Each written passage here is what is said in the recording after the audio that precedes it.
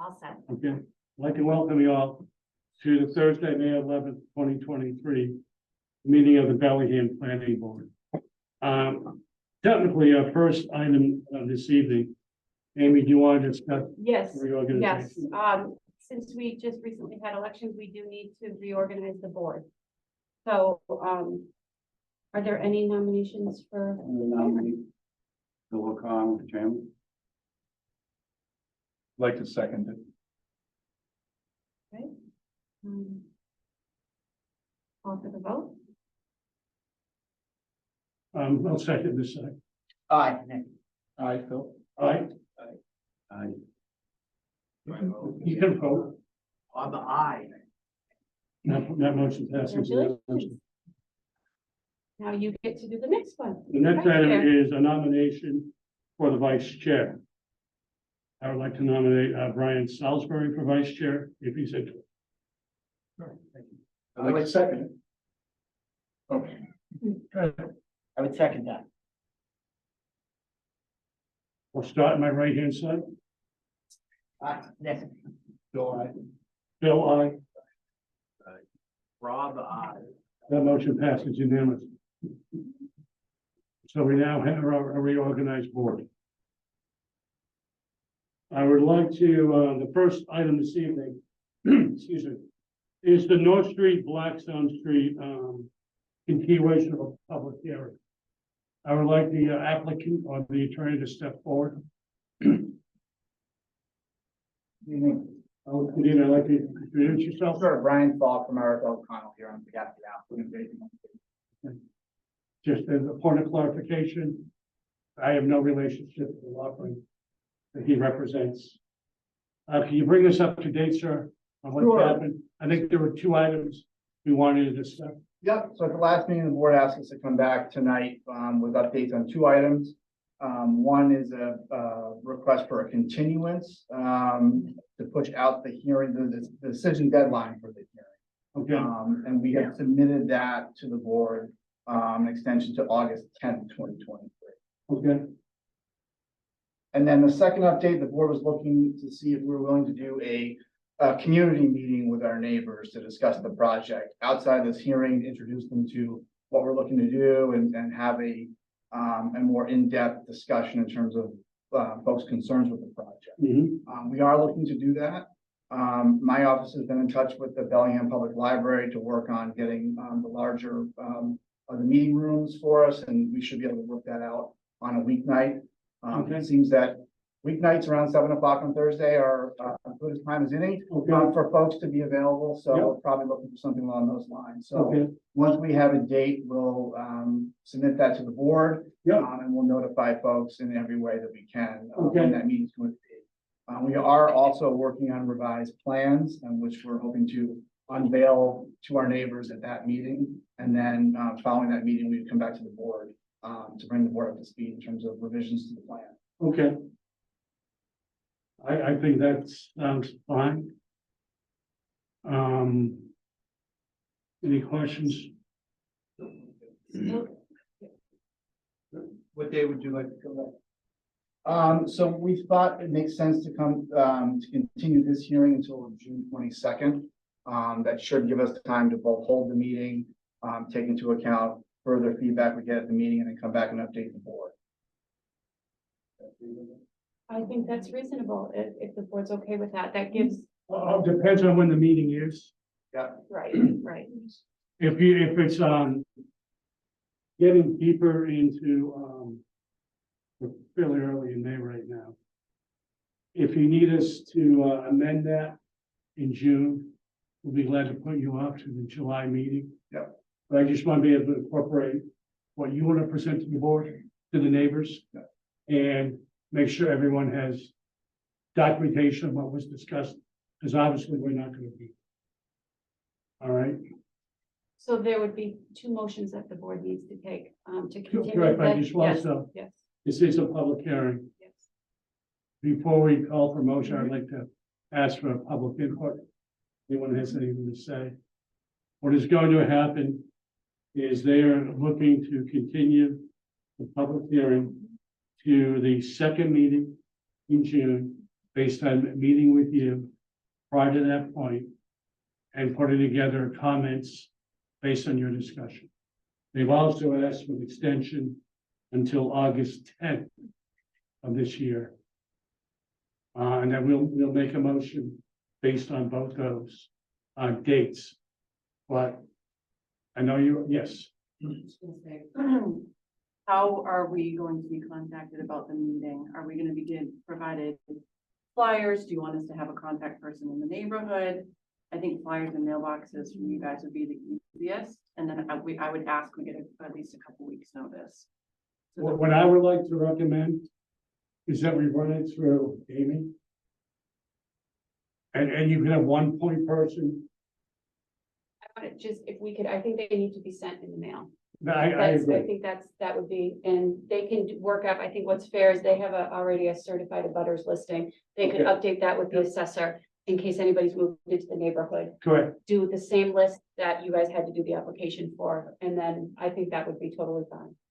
And But just giving to them- clarify, people that are not on the abutters are welcome to attend. How will we know? So. That would be. That's up to you. I mean, it's really just, the abutters are 300 feet and that's all the applicants required. So if you want to tell other people to attend, you may, but we can't, it's 300 That's feet. beyond our scope. That is. So, thank you.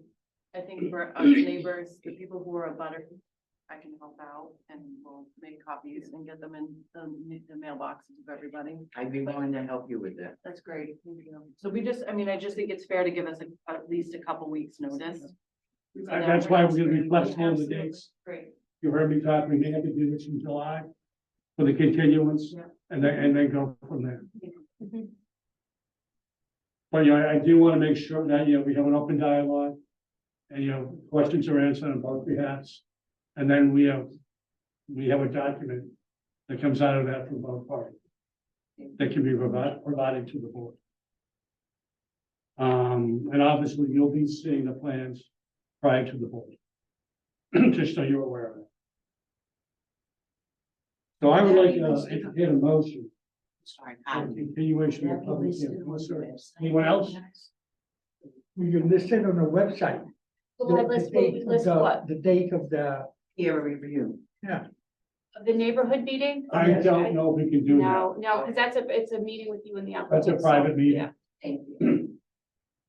So I does would love that to mean say if I'm yes not to in that. a butter, I can't? Well, you Sorry? can attend, you absolutely can. Does that mean that if I'm not within 300 feet of that property, then I'm not gonna be invited? It's not, ma'am, you can attend the meeting. Thank you. You may not get a certified mail, but word of mouth or, whatever you get people determine, Thank you. it's fine. Thank you very much. I think he, sort of prefaced it by saying he's looking to use the large room, The large one, the large room at the library. fantastic. Thank you. Okay, any other it questions? was already. I'm sorry?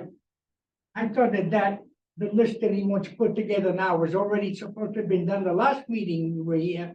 That's what they said they were gonna do, and get everybody together before this meeting. And now we come to this meeting and they want another continuance. So keep in mind, our last meeting was May 11th. Right.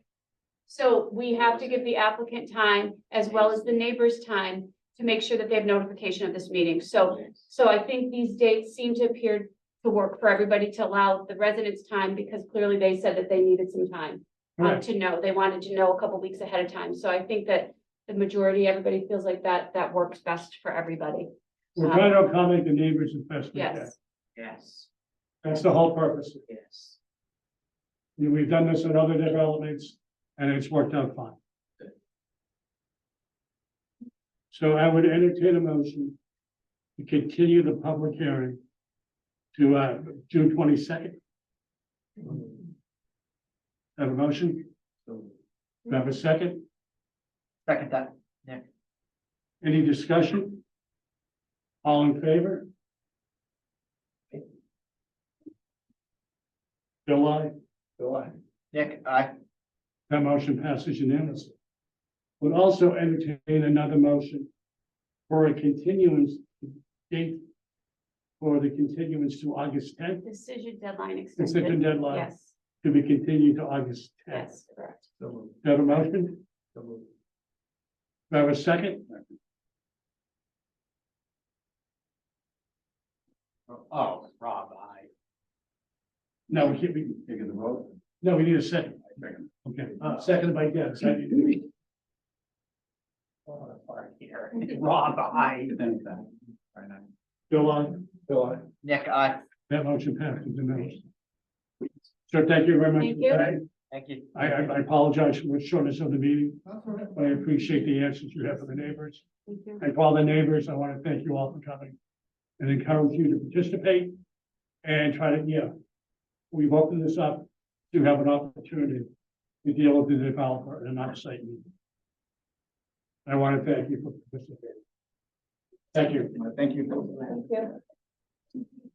We'll allow a couple moments for everyone to fill her out. He's not here for the next agenda. We're gonna move things around the agenda a little bit. I'd like to do a continuation of the public hearing for 455 Hartford Avenue. David, can you bring us up to date? Actually, Mark Allen is here. He can bring us up to date where he's at. We also have our consultant, Dominic from BSC, who's here. We haven't met for a while, so I think it's best for, the applicant's representative to bring us up to speed on where we're at right now. Yep, I appreciate that, Amy. Thank you. Mark Allen with Allen Engineering, representing Moshe Atayas, the owner and applicant for the automotive building on 455 Hartford Ave. It has been a while, so I just kind of want to bring you back up to speed as far as where we've come. We've taken a pause with addressing a lot of the Conservation Commission comments. I believe we've kind of gotten to a resolution with them. And what we've done is come back before you with the outstanding planning board issues. Is there a way that I could possibly share my screen, Amy? Pam, would you allow him to share his screen, please? Yep, I will do that right now. Thank you.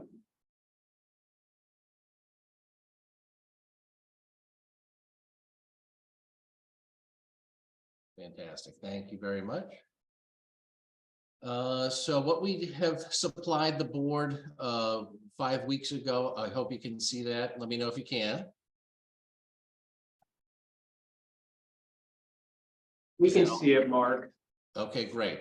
So what we did back on April 3rd is we addressed all of the outstanding comments, both with planning and with conservation. And that would be comment response letter number 2. And what we did is we just went through all of the BSC comments that were remaining. And we basically highlighted our responses as comment response number 2. The outstanding items are left on this letter, and the items that have already been taken care of have been dropped off. So there were about a handful of items that needed to be addressed, one of which was the slope on the northerly side of the property, which we will continue at more length later. There was another one regarding snow storage that was spoke about a lot with the Conservation Commission. We believe that we've rectified that with the Conservation Commission. There was a sidewalk question and ADA compliance, which was number 3. We've eliminated that sidewalk.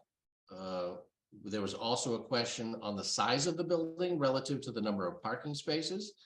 We've rectified that issue, showing that the building has actually shrunk a bit to provide the accurate count for parking spaces. Stormwater management items that we have addressed included adding a couple more chambers to one of the basins. That was item number 6. Item number 7, also related to that same Caltech chamber question that was raised with BSC group.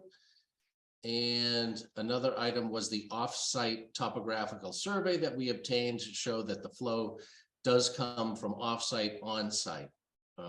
And number 10 was the evaluation and the table in the drainage summary to show that all of the evaluation points have been addressed and evaluated. And the last, I think one of the last few items was that the Conservation Commission asked that the planting schedule be revised to include non-invasive species, and we've made that change. So I know that BSC Group and Dominic have been working both for the Planning Board and the Conservation Commission. So we wanted to get that comprehensive letter out on April 3rd. We knew that the access around the building was too late to give to the Planning Board for this meeting, but we wanted to sort of nail down all of the other handful of items that kind of were outstanding. So I kind of want to ask if Dominic and BSC reviewed all that material from April 3rd. And our hope is that the only outstanding item to be addressed is that access around the building. And I know that we've supplied a couple of plans that show that we can, but we just didn't have enough time within the 2 weeks prior to this hearing to make it official. I can bring up those plans that show that, you know, we've now been able to meet those requirements. But I would like to hold off on that because, Amy, what time is that's gonna? Everything, it's supposed to be in 2 weeks prior as far as the fire information that we received. Yep. And so that was this week. So we still have to have that be reviewed. So that will have to be reviewed by the deputy fire chief. So Yeah. I think the only fair thing to do. Yep, is not completely to understand. discuss At this meeting. And I think our consultant, I would, appreciate his input on where things stand right now. Correct. So what we'd like to do tonight is just make sure that BSC Group is okay with the other half a dozen items that are outstanding. And that way we can just focus on that one last item. That's what we hope to hear from Dominic. Yes, good evening, Dominic Rinaldi with BSC Group, peer reviewer for the board. Yeah, I think looking through everything, and I know, Mr. Chair, we don't want to, I guess you don't want to comment on the access issue at all. No, I think what we'd like to do is just close up all the other outstanding. Yeah, Correct. yeah. Yeah, I think that everything else looks pretty good. We did, by the way, get that access, so we have been able to look at it a little bit. It's not in time for tonight. Access completely understand. That was within the last 2 weeks. So yeah, we will push that item. The other outstanding items that we gave you on April 3rd would like to rectify tonight. Yeah, and I think all of those items, I mean, I don't know if you want to go through any of them in particular. I would like to. Yes. Please. Okay. So let me scroll up here.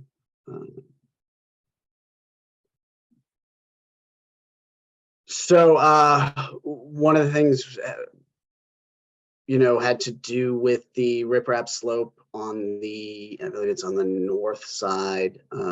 That's the access item. You can Yeah. skip that one. Right. So yeah, I guess we'll skip that for now. Mark talked about snow storage, and we have seen they revised the snow storage and updated snow storage locations a few times, and we think it's pretty typical for a project like this in terms of adequate snow storage. Removing the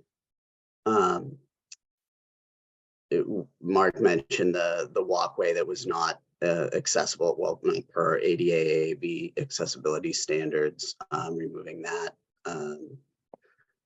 was a good step.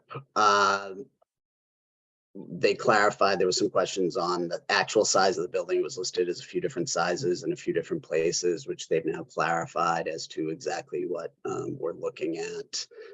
So let me just stop you there, Dominic.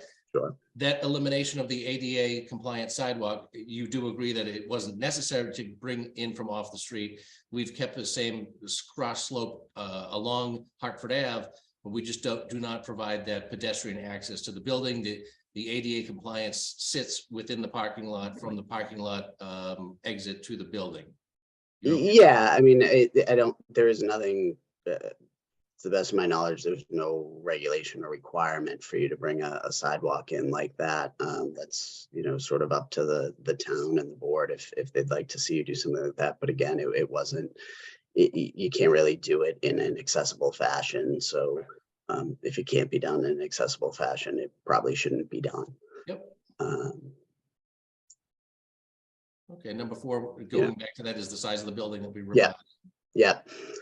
Number 5, we talked about water service. If proposed water service, the proposed project can be served sufficiently with water. It is an issue primarily for DPW. I don't know if we've heard anything more from DPW that the town has adequate water in this location for this use.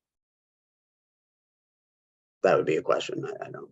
I Yeah, think so that the applicant would need to reach out to the DPW to get that information. Right. Yep. Yeah. So I mean, we just like to see that confirmed. I think, I think the board, I'm assuming would probably want to see that confirmed as well. yeah, what that is, it's a very low water use in the town. It's basically, it's going to fill the fire suppression system and provide water to, a couple of toilets and the sink. So Yeah. and we don't think it's a big water demand on the town by any means. Right. I think though, Mark, we need that in writing from the DPW, so you need to reach out to them to get that clarity. Yeah, if I'm not mistaken, that's changed from the original proposal. I mean, it's more than a couple of sinks and a couple of toilets. No, that has not changed. Well, at one point, the applicant indicated that he would have sinks in every location. Several years ago. Yeah, So we can we'll clarify double that. If check. you can clarify that with the DPW and get that in writing to us for the next meeting. Yeah, and is there a water department There section is. of the DPW? You can reach out to the DPW. They'll direct it to whomever they need to present it to. Okay. So moving on, I think number 6 is probably one of the biggest ones, just to point out to the board and make sure everybody's on the same page. Which is Bellingham is a little unique in that you require detention infiltration basins to be constructed below grade and not built up on fill. In this case, this project is built up on fill. They have requested a waiver from that requirement. Certainly that is something that the board would need to look at and discuss. It is a very specific Bellingham requirement. So we very much defer to you on that. From a design standpoint, the basin is designed sized appropriately, but it is above existing grade. Right, and this is not untypical of, I guess, the Crystal Springs apartment buildings that we did, not untypical to the other project we did behind Town Hall. All of those systems need to meet the Massachusetts stormwater standards. In addition to the Bellingham waiver request tonight, we have to be at least 2 feet above the groundwater table. So we meet all of the state regulatory setbacks and offsets from groundwater. So we cannot lower it anymore. And that's the reason for the waiver request tonight. I would love to have, maybe not now, but at the end of this presentation, at least that item voted on tonight from the board.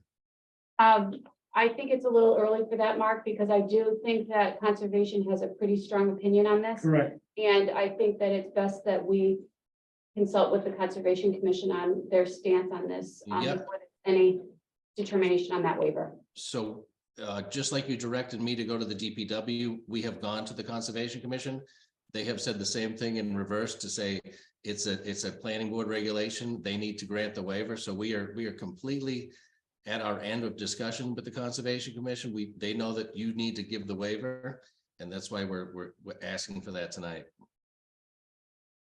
think we want to hold off on waivers. I think we need a little more information. Why don't we get back to that item after we finish talking about the peer review? Correct. But, yeah, Sure. but I think we should talk about it. I agree. So. Anything else? Dominic? Yeah, I mean, really, the rest of them are sort of stormwater design items that have been resolved. There was the question about, Mark mentioned about they got some additional survey. They're showing basically stormwater running off the slope. I believe it's north, I don't have in front of me, it's planned north. And running around in a swale to a head wall. And we had some questions, and initially they didn't really have any topography beyond the property line. So you couldn't tell if that was even possible for this to happen, or if it would just all run off onto the abutting property. They have provided some additional topography that shows that that is what's going to happen. It will run around to the head wall that they have designed on that side. And really the rest of them were very specific sort of calculation issues and some other questions we had regarding the stormwater, which they have resolved for us. And then there's, I mean, the rest of it, I don't know if you want to go into the notice of intent comments. Those are very specific to conservation. Once you sort of get past our comment 10.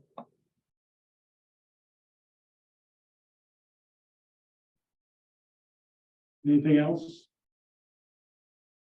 Now, like I said, I mean, the biggest one, it's not really outstanding from our standpoint, but it is something really for the board is that waiver and to review that.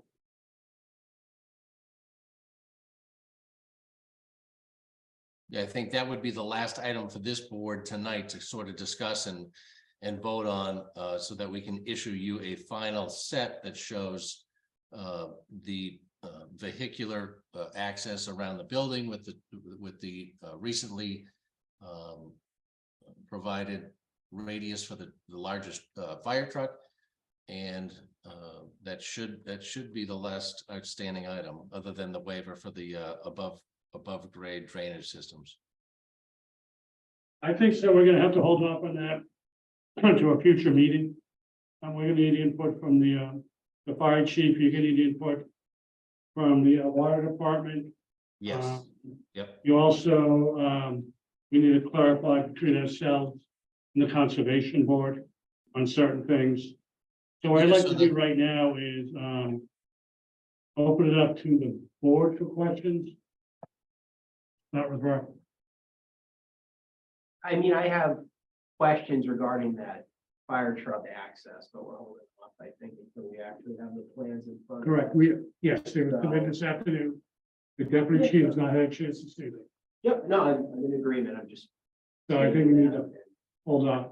Yeah, I think it would probably be a good idea to discuss that waiver sooner rather than later. but Okay. That's my opinion.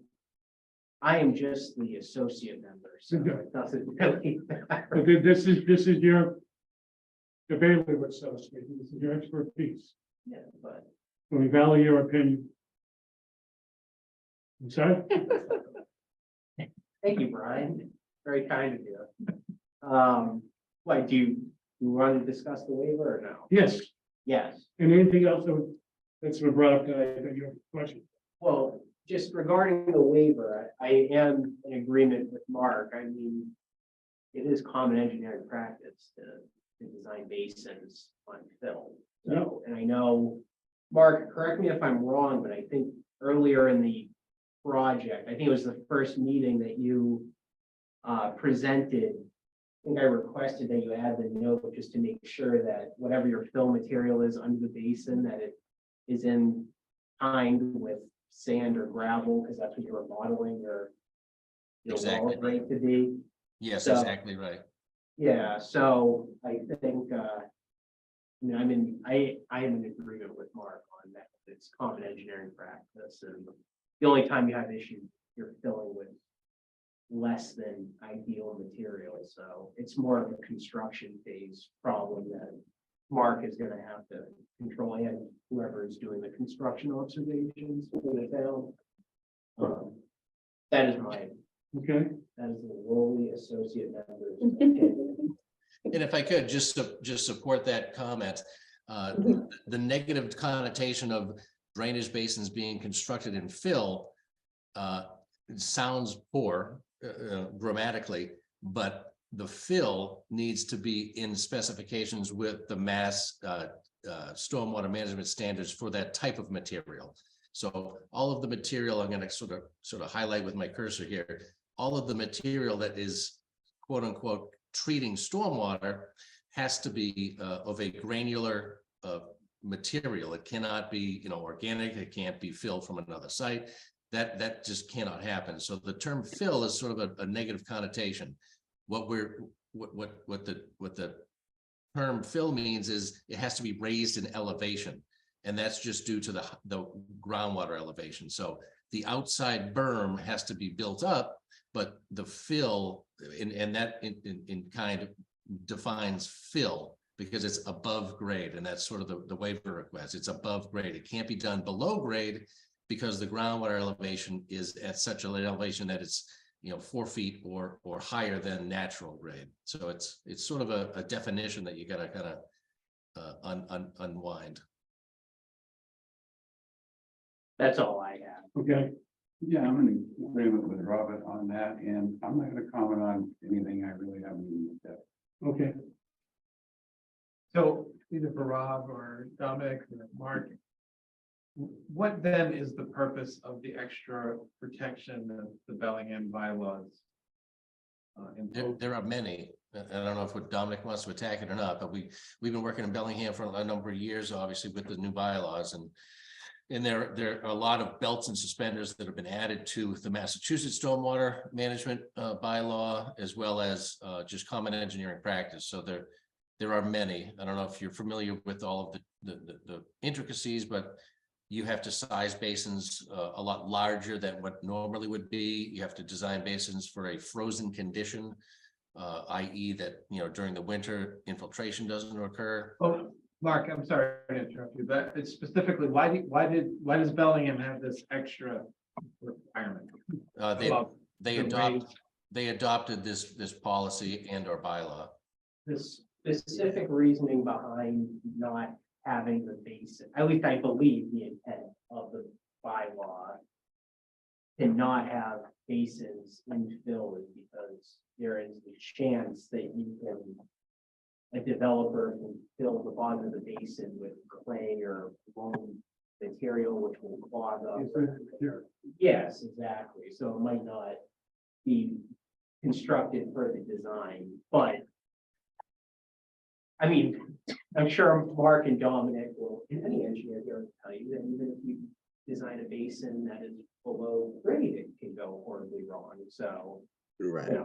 Just, I think too, if I may, for the board, I think another aspect of it, in my understanding anyway, is if you build it below grade, you're sort of using the existing natural materials as the side slopes, whereas if you're building it above grade, you are building a berm as they are here. And they have a good berm detail in their plan set with low permeability materials in the berm. But I think there's a concern in town that, if you build this poorly or you don't build this berm correctly, you can have breakout of the sides of these berms and potential failure. But like I said, I mean, it's something you just keep an eye on in construction. And as I said, they have a good detail in their plan set that includes low permeability. I'm having trouble with that word today. Low permeability material within the core of the berm so that it forces the infiltration to go down, right? As you know, water is going to take the easiest route to get to wherever it's trying to go. So if you built a berm out of sand, it's going to go out the sides. If you build a berm out of clays and silts and the bottom is a sand, it's going to go down. So I think my understanding from talking to folks in town that's part of what drove that requirement. And it's otherwise impossible to construct this to comply with this particular bylaw? There would be no other way to put Yeah, if you try to hold the bylaw, then you would actually deny the state regulations of groundwater separation. It's all held by groundwater. You know, if groundwater is shallow, you have to fill. And this is Impossible to comply with the bylaw situation. And like I say, there have been, pre-bylaw acceptance, there are dozens and dozens of examples throughout Bellingham that we've, some of which we've designed that work adequately all around town. So, it's I commonly done. suspect something's happened in the past, and the town's become very conservative. Yeah. In their approach with that. Yeah, I am not the design engineer, so I don't really know what the other options be. But is it impossible, or is it? I can't do it, don't want to do it? What's the threshold? Where are we on that one? I mean, it's held by groundwater, so I don't, and there's such limited space on the site, you know. I mean, what's impossible is, Without it, it's not, it may not be a viable. I mean, yeah, I mean, technically, I guess, the applicant could purchase a property across town and like all the stormwaters go basin there that was built below grade, but I would consider that non-feasible. Is that, No alternative. I'm just trying to, no one's answering the question. Is there an alternative? I don't, No, yeah, The so lack of an answer short is answer is no, understandable. there's no alternative because the groundwater is at 4 feet. Or 4 feet or higher, and therefore you need to meet the Massachusetts state stormwater guidelines to be 2 to 4 feet above that with the bottom of the basin, so there is no alternative. I think we've had 3 people indicate that it has to be done. It is a bylaw. Without doing it, the building is not that viable right now, unless we deal with groundwater somehow on site. yeah, which, We don't want to do. So, Again, I think with our engineer, their engineer, and our expert in the boards, although he's an alternate.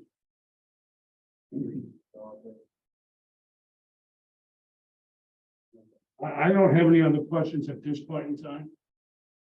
I think we have a lot more work to do here.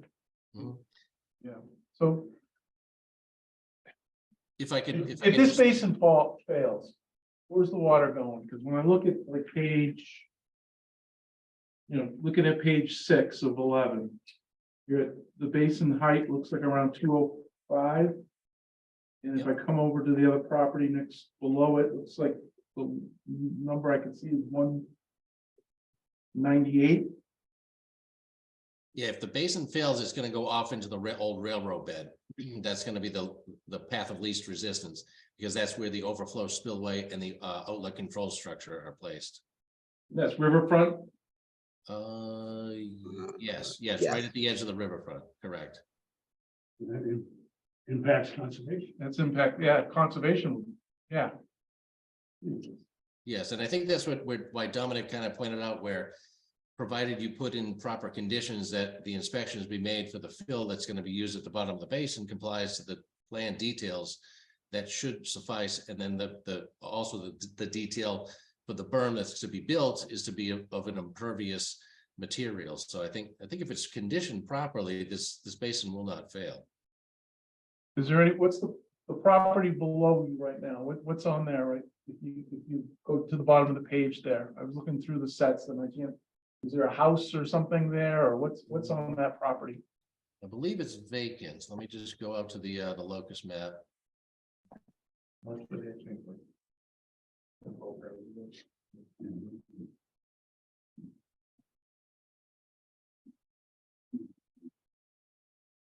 If we were to do this, I'd like to have Doc on peer review, write up some, I think we need more information. yeah.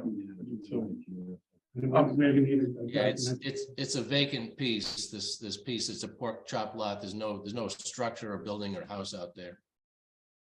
Okay, but what, 14, 16, and 13, the water's not gonna go there, right? No. All right. One other point that's kind of different than the water topic is the first night that you took over this project, we indicated that the previous engineer sat through a lot of comments from the neighbors. And I believe you were gonna go back through the video and look at some of the ways that they were looking to have you mitigate this project.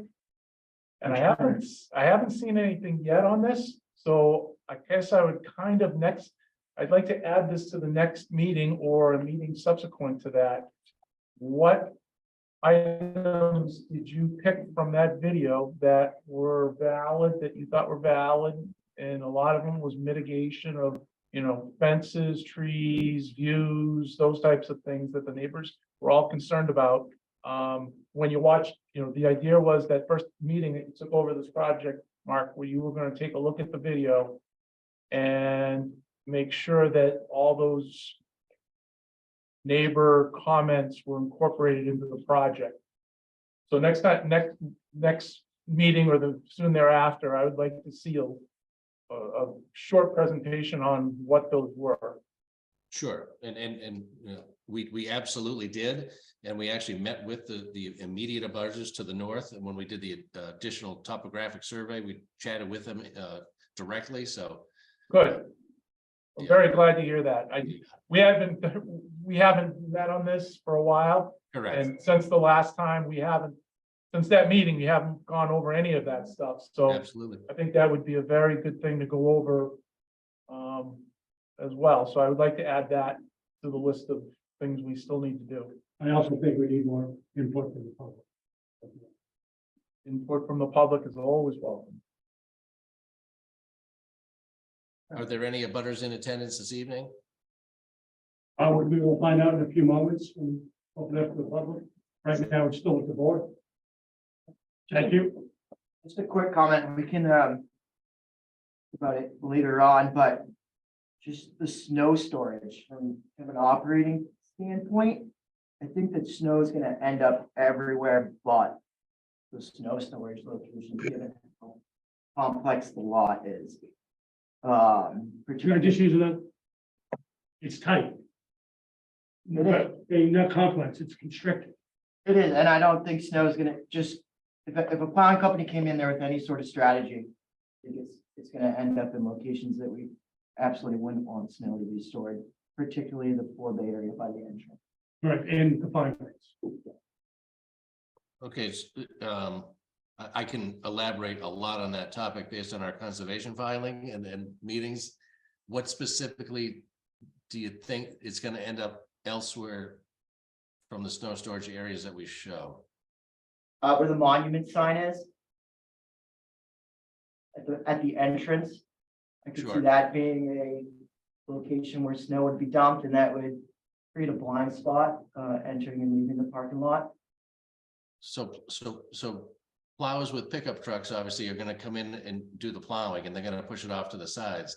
There's not a lot of run for them to put that pile in this location.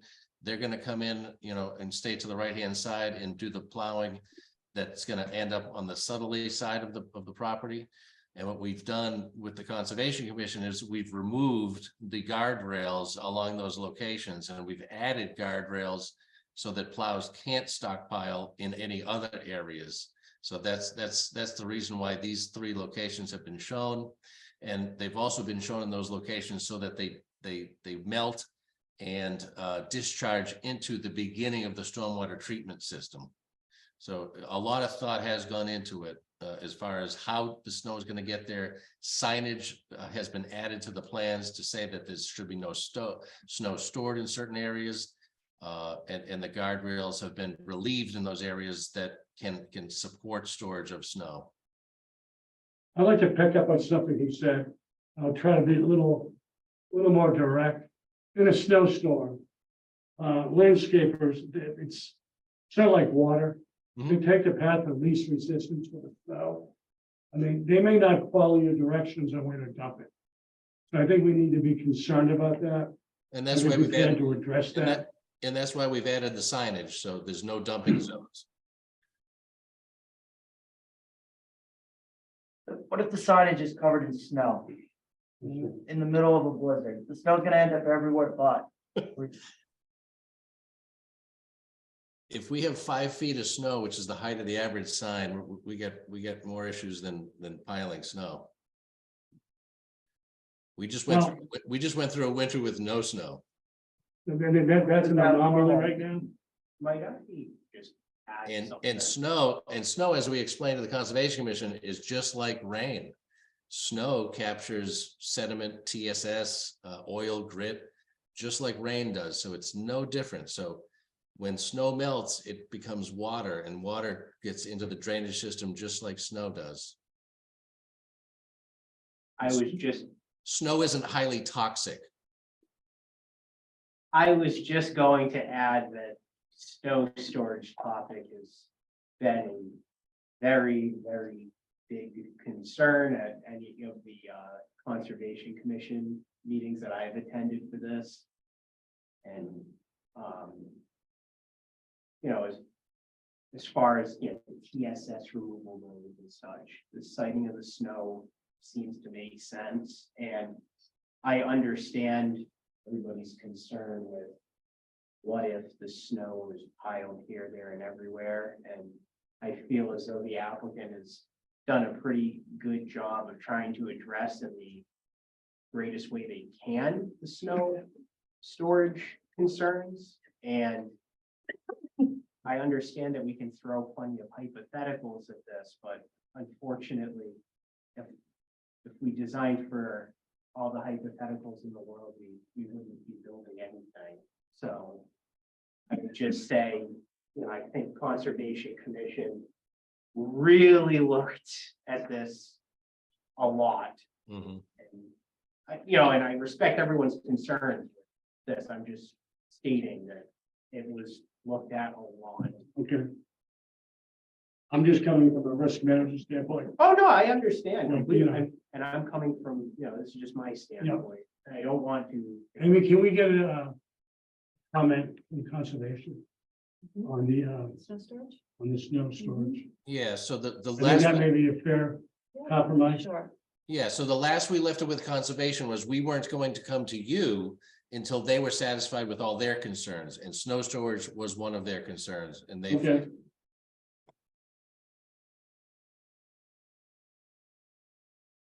It was asked if there's anyone from the public here tonight. Any neighbors on 455 Hartford Avenue, present or online? Or have their hands raised? So, do we want to address the waiver tonight or address it on June 22nd? We continue. I would hope that you could address it tonight, only because I'd like to sort of issue one final plan with the DPW input for the water, the fire access with the fire chief, and this stormwater waiver being resolved. I would recommend we wait until we have everything together, but again, it's up to the board. I think we need to have Jim look at this again and just, we haven't met in a while. And I think that everybody needs to take a look at all of this. I think we're very close, but again, it's up to the board. My feeling is I'd rather be cautious, get more public input. I appreciate your concerns, but I think holding off to the 22nd, look at more things in writing. I think we'll be better prepared and hopefully have more input, as I said earlier. So there was no public input tonight, correct? I haven't not seen any. So we're not waiting on any public input. So can I ask a question? Do we know, what was the last time they were in front of us right now? How far, Mark, when was the last time you were in front of us? Prior to conservation, I would say, I would guess March. And that was for continuance, or we continued it out for A couple times. it's been more than 6 months, right? Since we filed, absolutely, yes. Since the last time you presented. And I'm asking that because you make the comment that there's no public input here, but, you know, with the public not the public, when you get a situation where you go continuance, the public doesn't They lose track. stay involved. But we That's not fair to the public. we were very active with the Conservation Commission during those 6 months. So they could have shown up to the Conservation Commission, which they did not. So, okay, so here's my concern.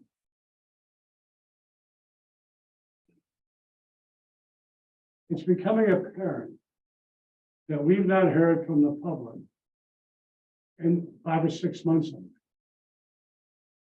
Like I We say, they asked were, you to, correct me if I'm wrong, we had comments that we asked them to address. We've not seen that response back in writing. From the public that was here at the very first meeting, that had a lot of concern. This room was probably half filled with neighbors. Again, it's gone continuance. I would like to put future discussions off to June 22nd. And notify the neighbors. I don't know whose responsibility that would be. I'm open for discussion on that. But I can remember going back, they were very actively concerned.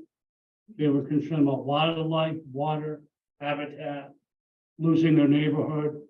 The lots, I think, I don't want to misquote anyone, being clear cut.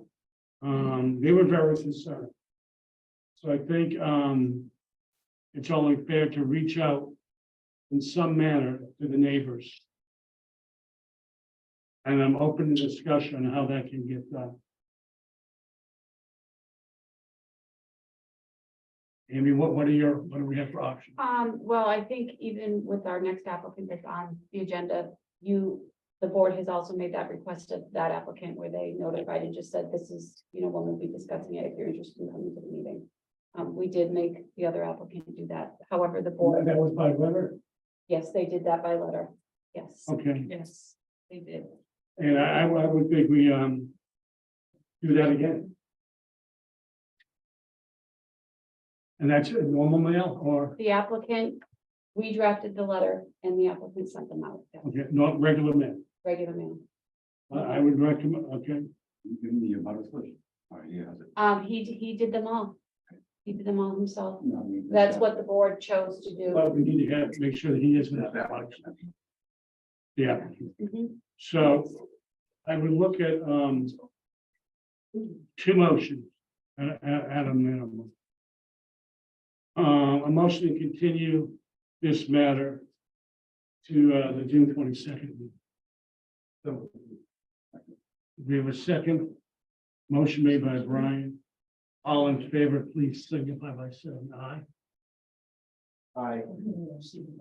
Bill says aye. Bill, Nick, Then I think we also want to entertain a motion to reach out to the abutters.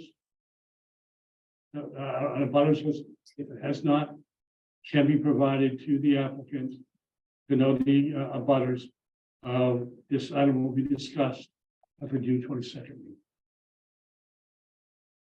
I'm not against that. I'm just curious if we can actually require them to strongly suggest. can we discuss that with the applicant? Mark, is that fair? We have you, how, would you be opposed to reaching out, sending a mail, regular mail to all the applicants 2 weeks before our next meeting, which I believe we just said was going to be June 22nd. At that meeting, you can go over the presentation that you were talking about earlier, all the things you considered for the applicants or for the abutters.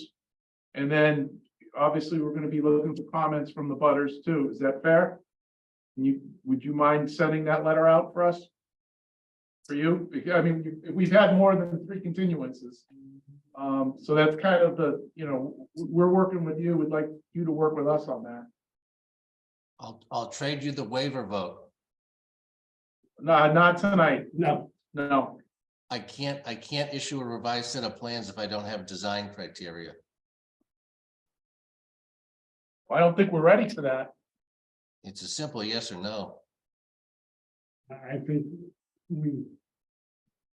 we feel rushed right now doing it. And I would like to have the public input on the 22nd.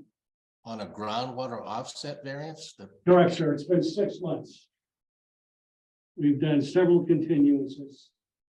And we've been very generous here. And I don't think we're asking for a lot.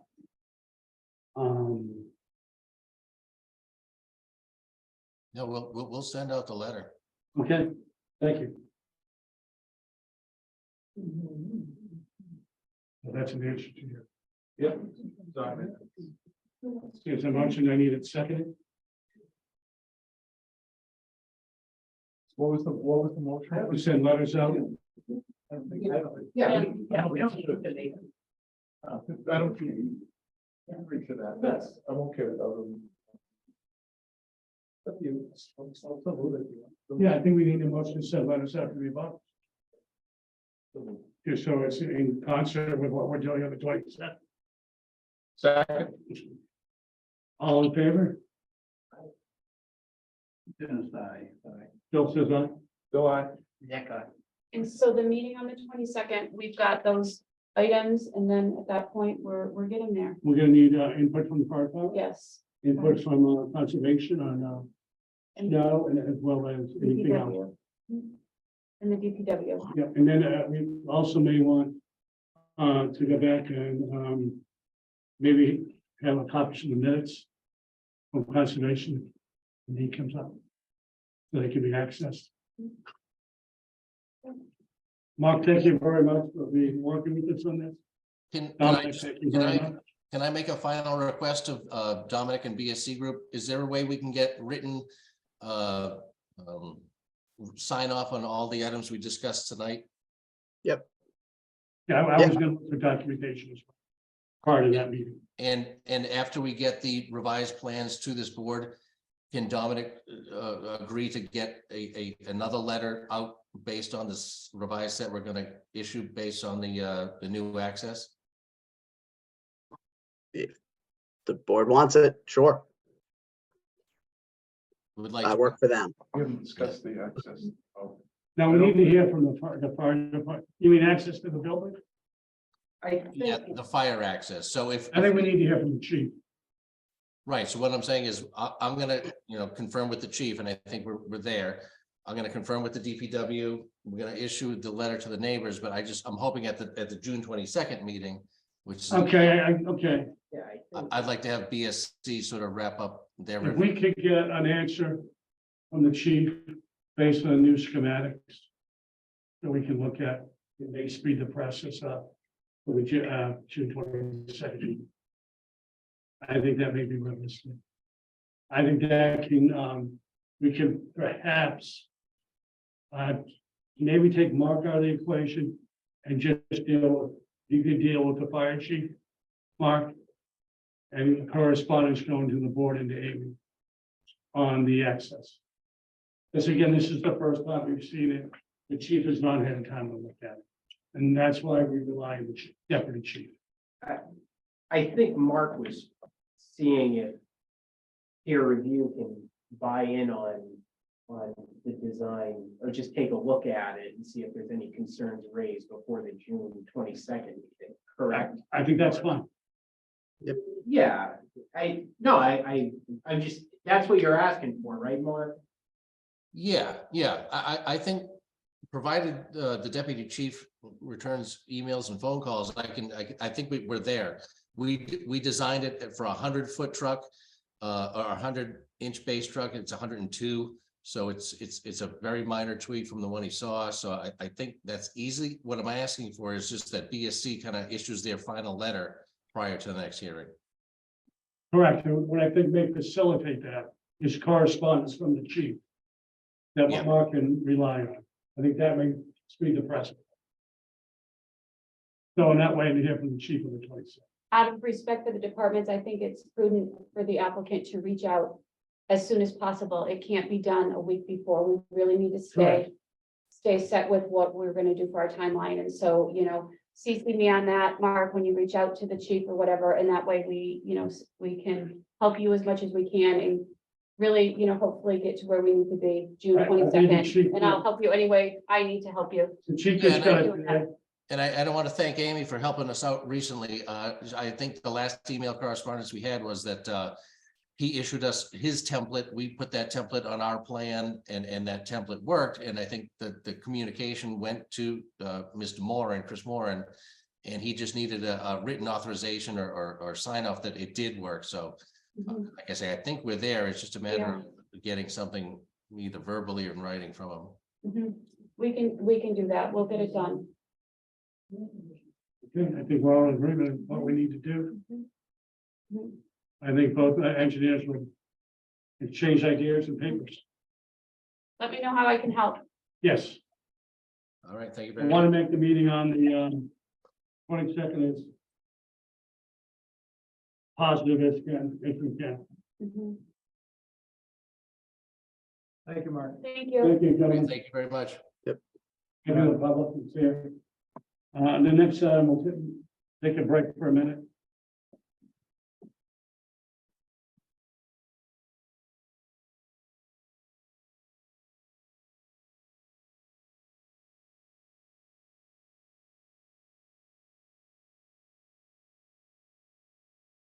There's a decision on Prospect Hill Estates. We still have the public meeting open. Do we have anyone here from the public that wants to talk? Do we have Jim here yet? We do not have Jim here, but just so that you know that the decision has pretty much been provided to the applicant. Yep. And he's reviewed it. Hi there. Oh, Yeah, evening. glad to see nobody changed during the election, huh? I'm sorry? So nobody changed during the election. No. so, okay. So, Amy indicated a draft of the decision was forwarded to me, and I Correct. appreciate it. And I didn't see anything earth shattering in it or surprising or anything like that, so we're happy to get out of your way and move on to our next application.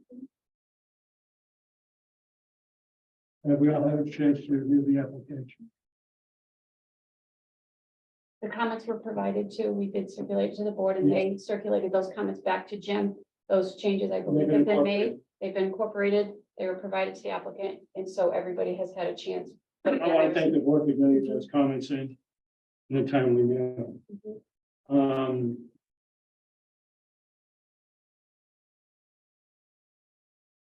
So what you would need to do. I think technically, I think we need to make a motion to close the public hearing. Mhm, that's correct. Okay. We have a motion on the floor to close the public hearing. Is there anyone online? No. No one's here. Favor of closing the public hearing? The eye. That's aye. Bill, aye. Bill, Yeah, bye. So the public meeting is now closed. That motion passes unanimously. I'd like to start discussion on my right. Nick, do you have any concerns? Got nothing to add tonight. Okay. I know you had some comments initially. They've been incorporated. they're incorporated and sounds like they're agreed to. I'm good. I am fine.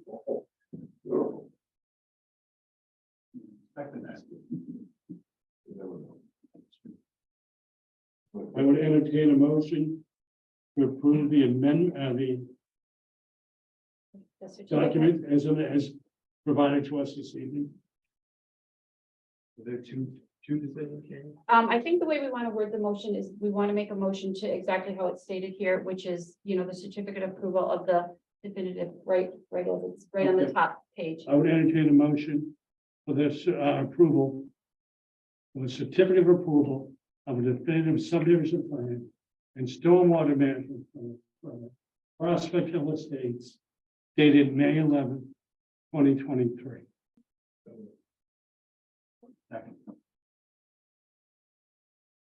Any questions? I'll now call for the vote. Can I vote on that? No, No. no, you cannot. Thank you. Bill, aye. Bill, aye. That's the only people to learn about. Okay, That motion passes unanimously. so what'll happen is we'll sign it tonight, Correct. file it with the town clerk, there's the appeal period. And thank you, Thank you. Thank you for working with us. thank you. See you next time. Thank you. Sign it later. You can pass it around now. We could do two, we could do two copies, that would be great. These are all the same, right? Mhm.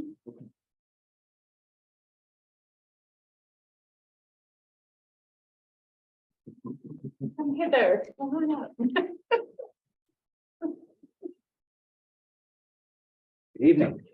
Good evening. Good evening. We'll have to go like the last one. That's you. How do I set this up with the? I'm sure. I think you got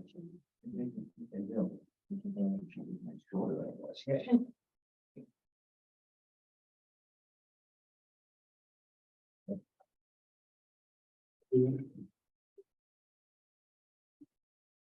motion to open.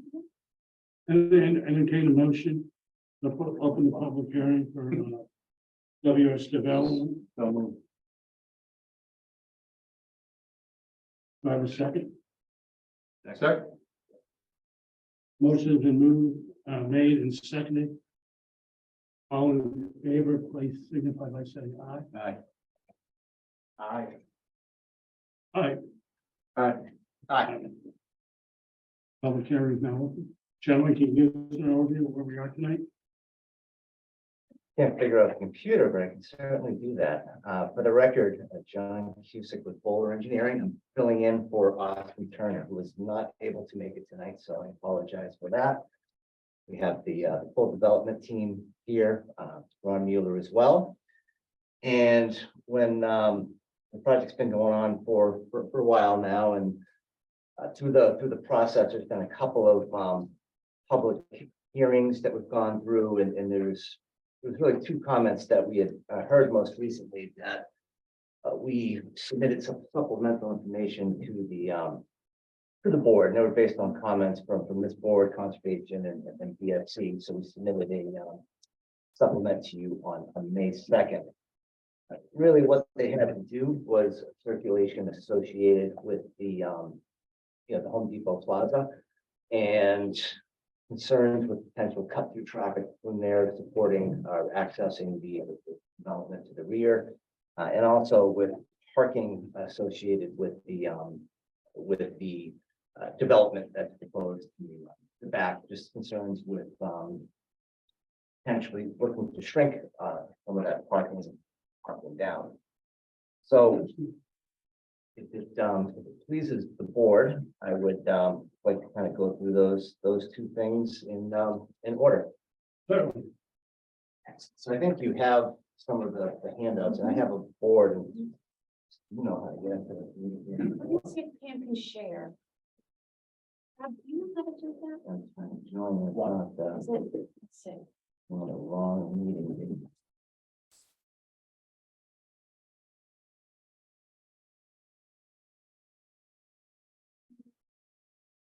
That's-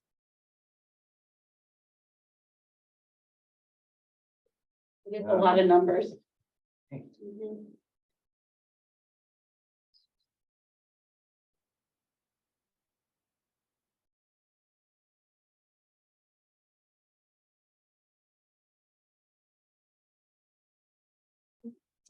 It's magic.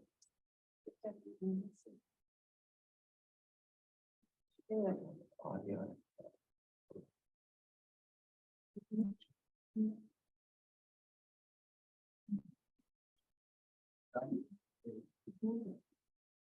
That'll be on that one.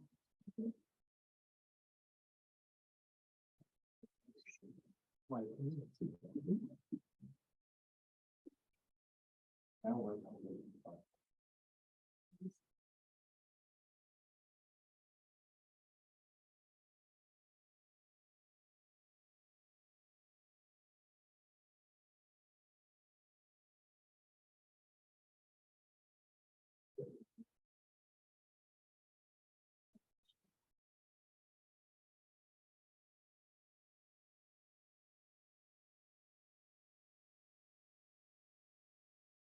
Pam, if you'd be able to share that once it's up and ready, it'd be great. I did make him a co-host, so Perfect. Thank you. you're welcome.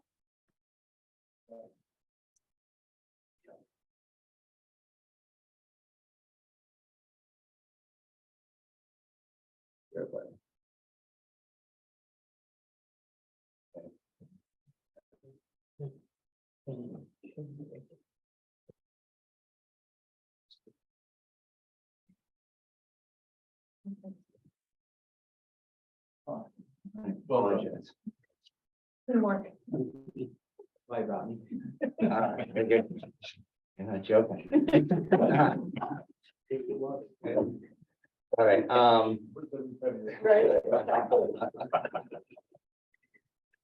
all right, so essentially what you see up here is the plaza, and you're all very, very familiar with it. I think your comments that you all were concerned with is if somebody was coming up North Main Street and they were able to, cut right through the plaza here, and then come through to the ring road over on this side. So, that was concern. It's a concern, and we really took it to heart, and we looked at a bunch of different options as to how we could make sure the traffic really wasn't cutting in front of the retail spaces that we have there.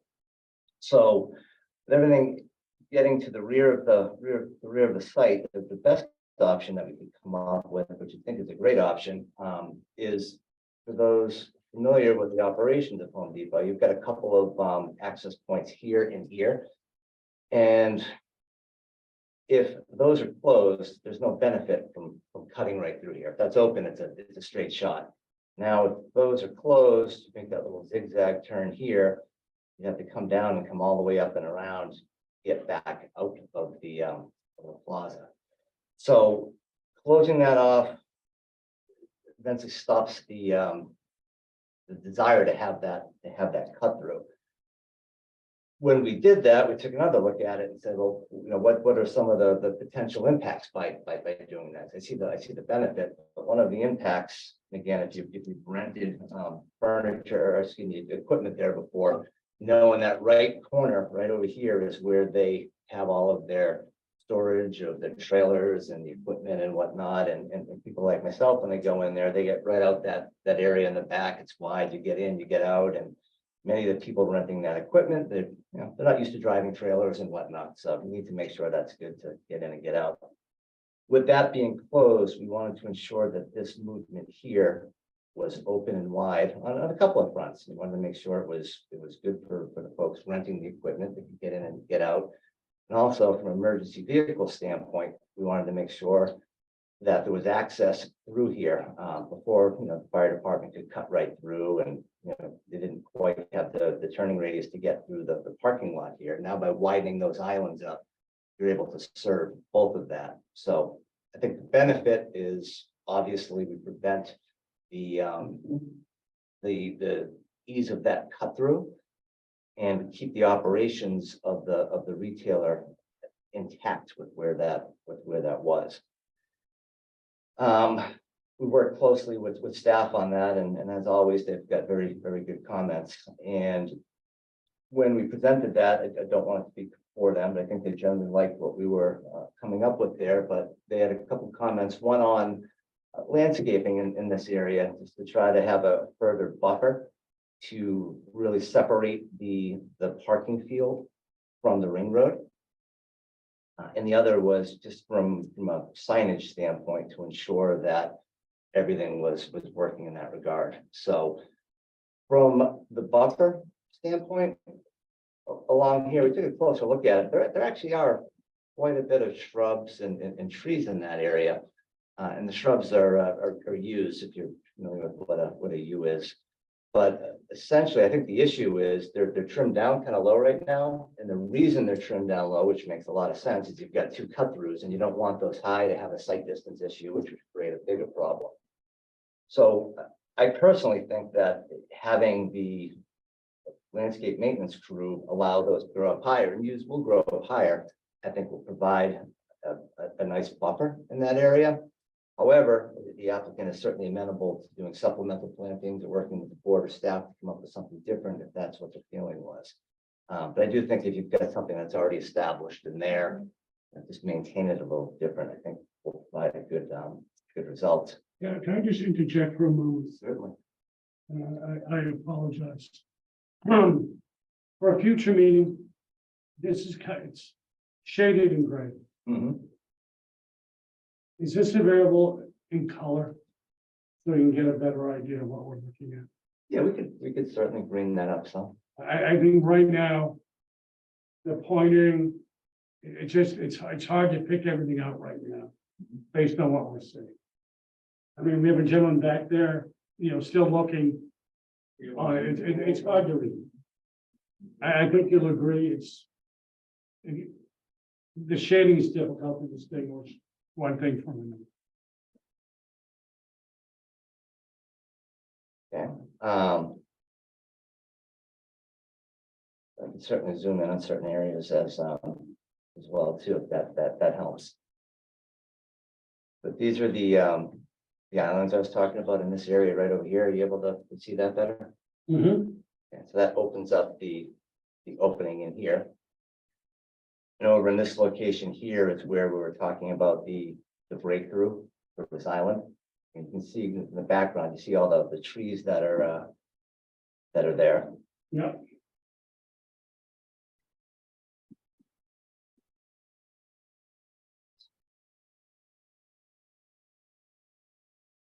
We've got the island over here.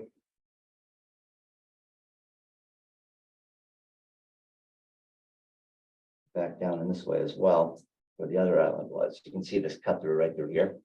Mm-hmm. So blocking that straight off, so you can't get in there anymore, where you could get out of that. Could get out of that area previously.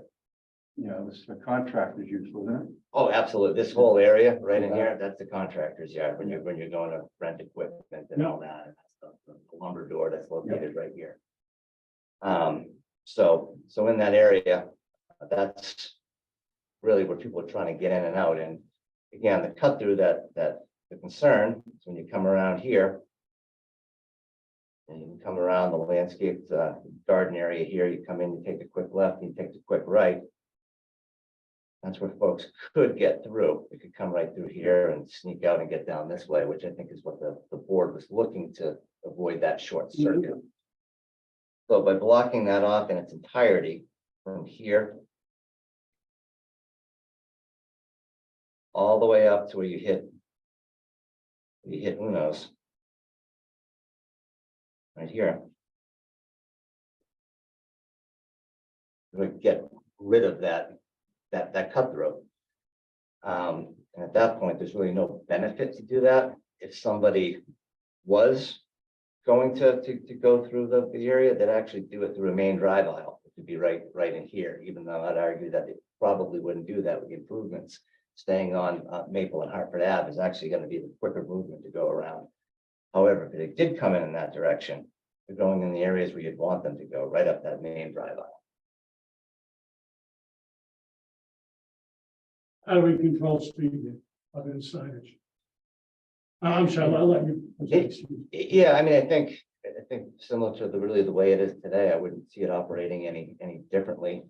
You could put signage up and, if it was ever an issue, there are things you could do with additional signage. You could put bumps in, but I don't see it would operate different than it does today. I'm not aware of a speed issue going through there that I've seen, but.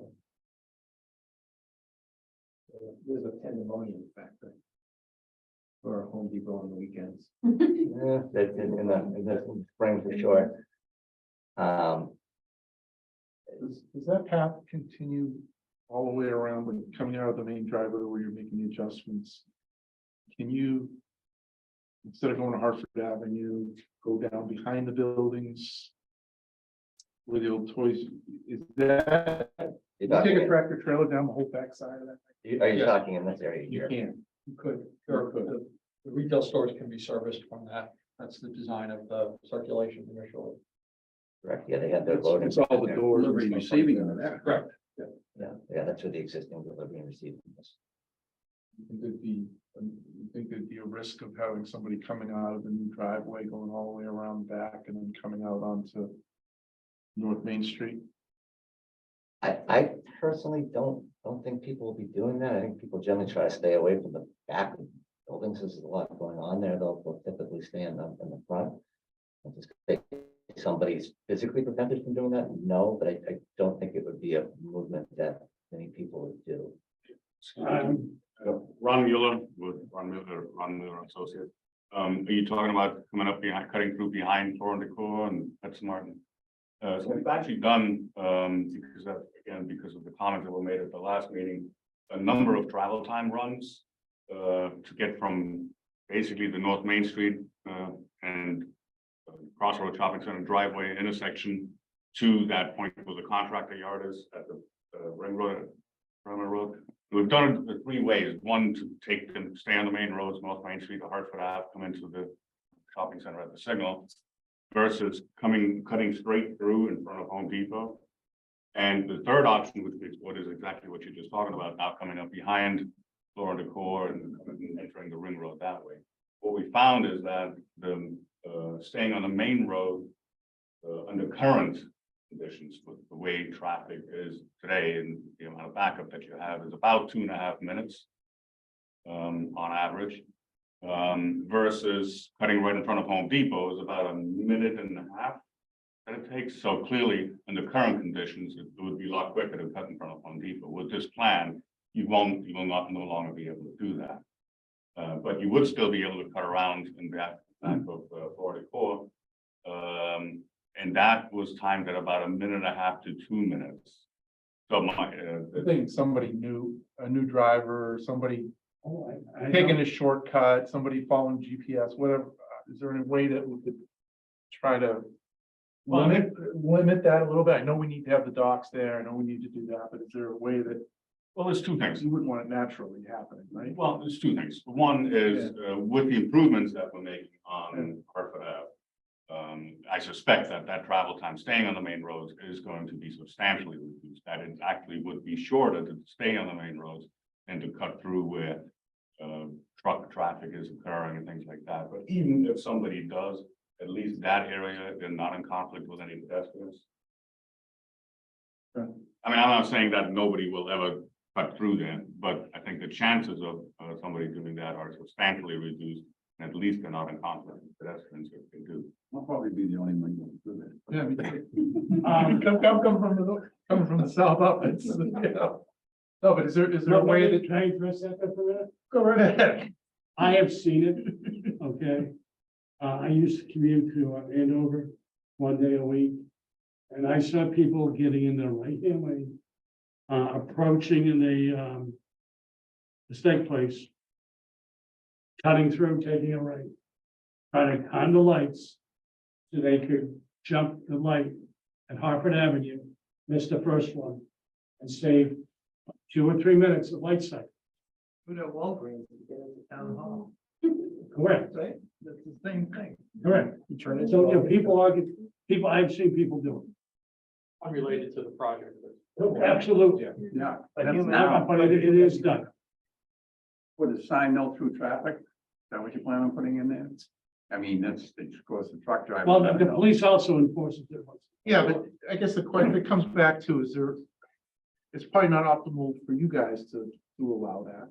Is there a way that you can steer anybody that would be coming out of the new warehouse right up to Hartford, not around that? How do you keep them from? We think that anybody's experience might not do it, but some rookie driver who's not sure where they're going, looking for a way to go south. Is there a way that signage or some sort of creative way that looking for you guys to come up with something like that? Correct. Yeah. Yeah, and we do have some signage proposed, and it was a comment of staff, and we can certainly add more signage and. Or decor, signs, something. You're saying somebody's gonna come up by Uno, have the Hartford Ave intersection right in front of them, but choose to go behind. Someone's gonna go south, Yeah, they're gonna. They're gonna- someone wants to go south, they're gonna come up here, come around, come back here, come out here, and then end up over there. I just, how do you keep the flow from happening? I mean, it's. No through traffic. You need to clearly post signs, no through traffic. I don't mean that, to pick up on Phil's point. This is this project's Achilles heel, and I was expecting to see something on North Main Street where it physically prevents a truck from turning into there. And I get it, maybe once you do it, then you realize, but as we've learned from other warehouse facilities that you've been before us on, you can control a small universe of trucks, but the rest of the trucks are, free-range truck drivers that do it. They will cut through and they'll realize, oh, I can't go that way. And they're gonna turn up to go right through the middle of this parking lot with a lumbering truck.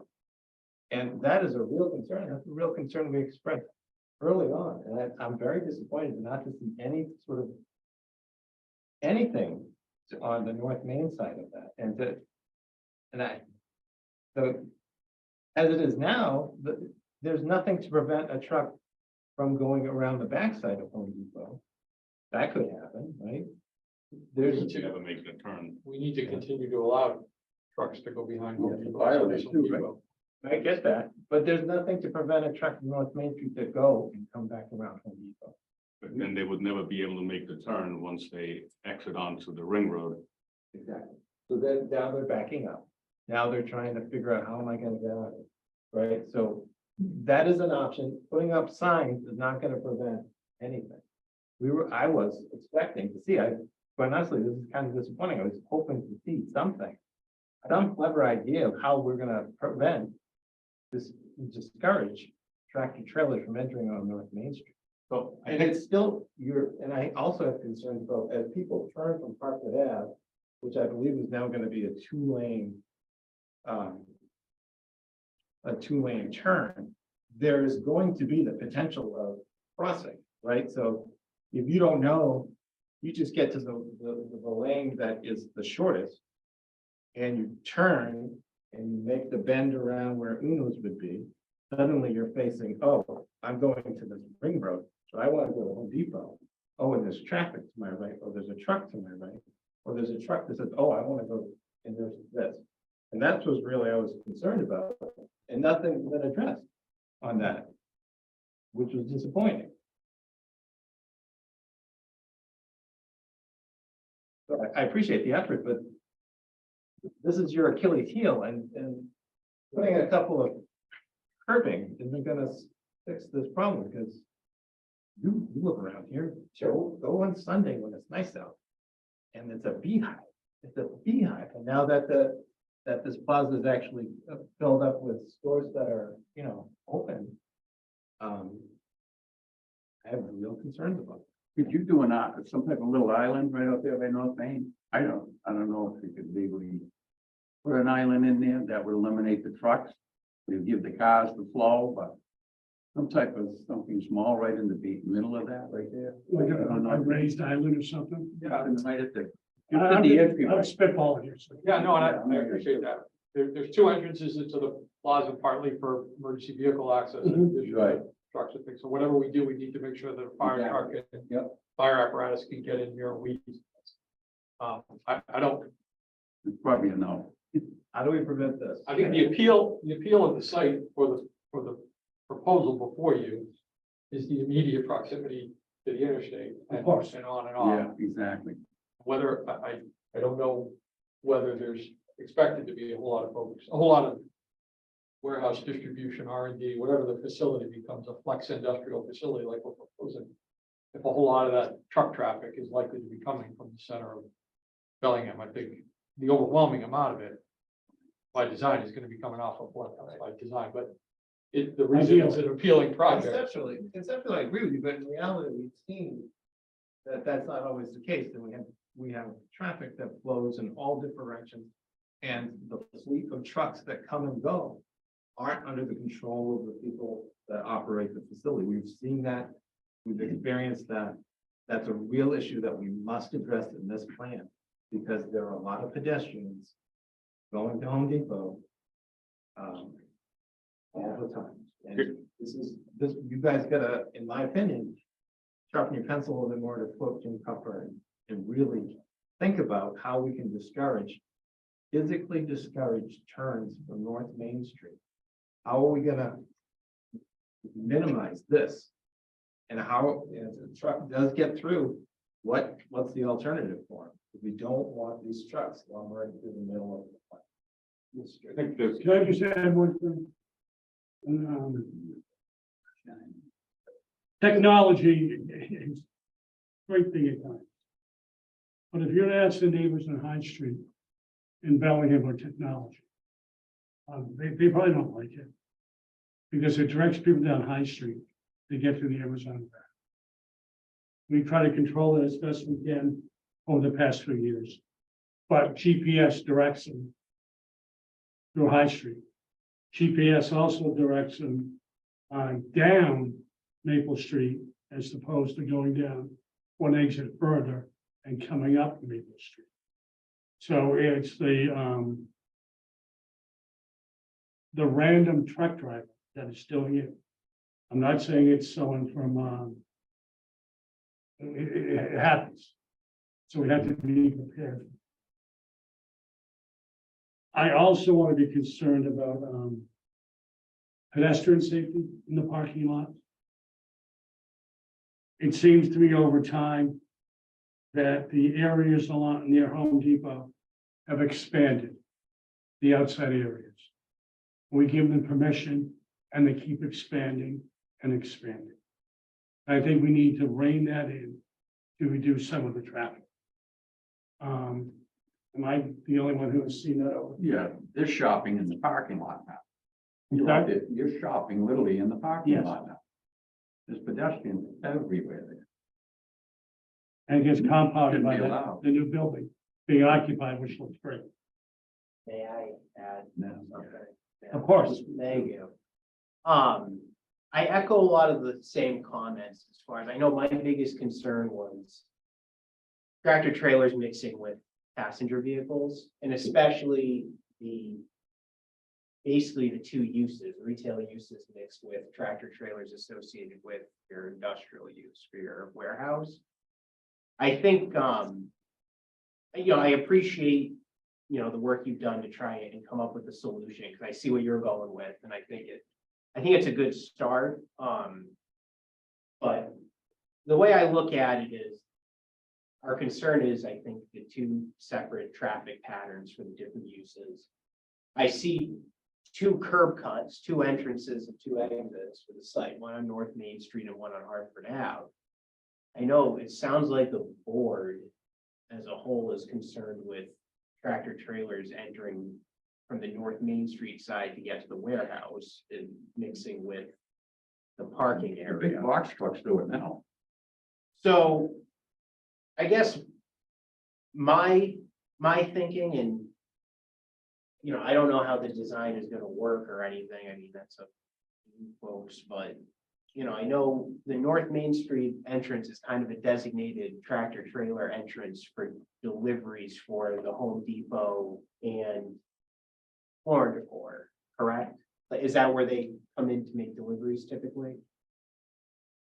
I'm not certain honestly. Okay, Back of that building is all set up for delivery. it's access. That's the direction actually, I think, of, we can zoom over to, but the Home Depot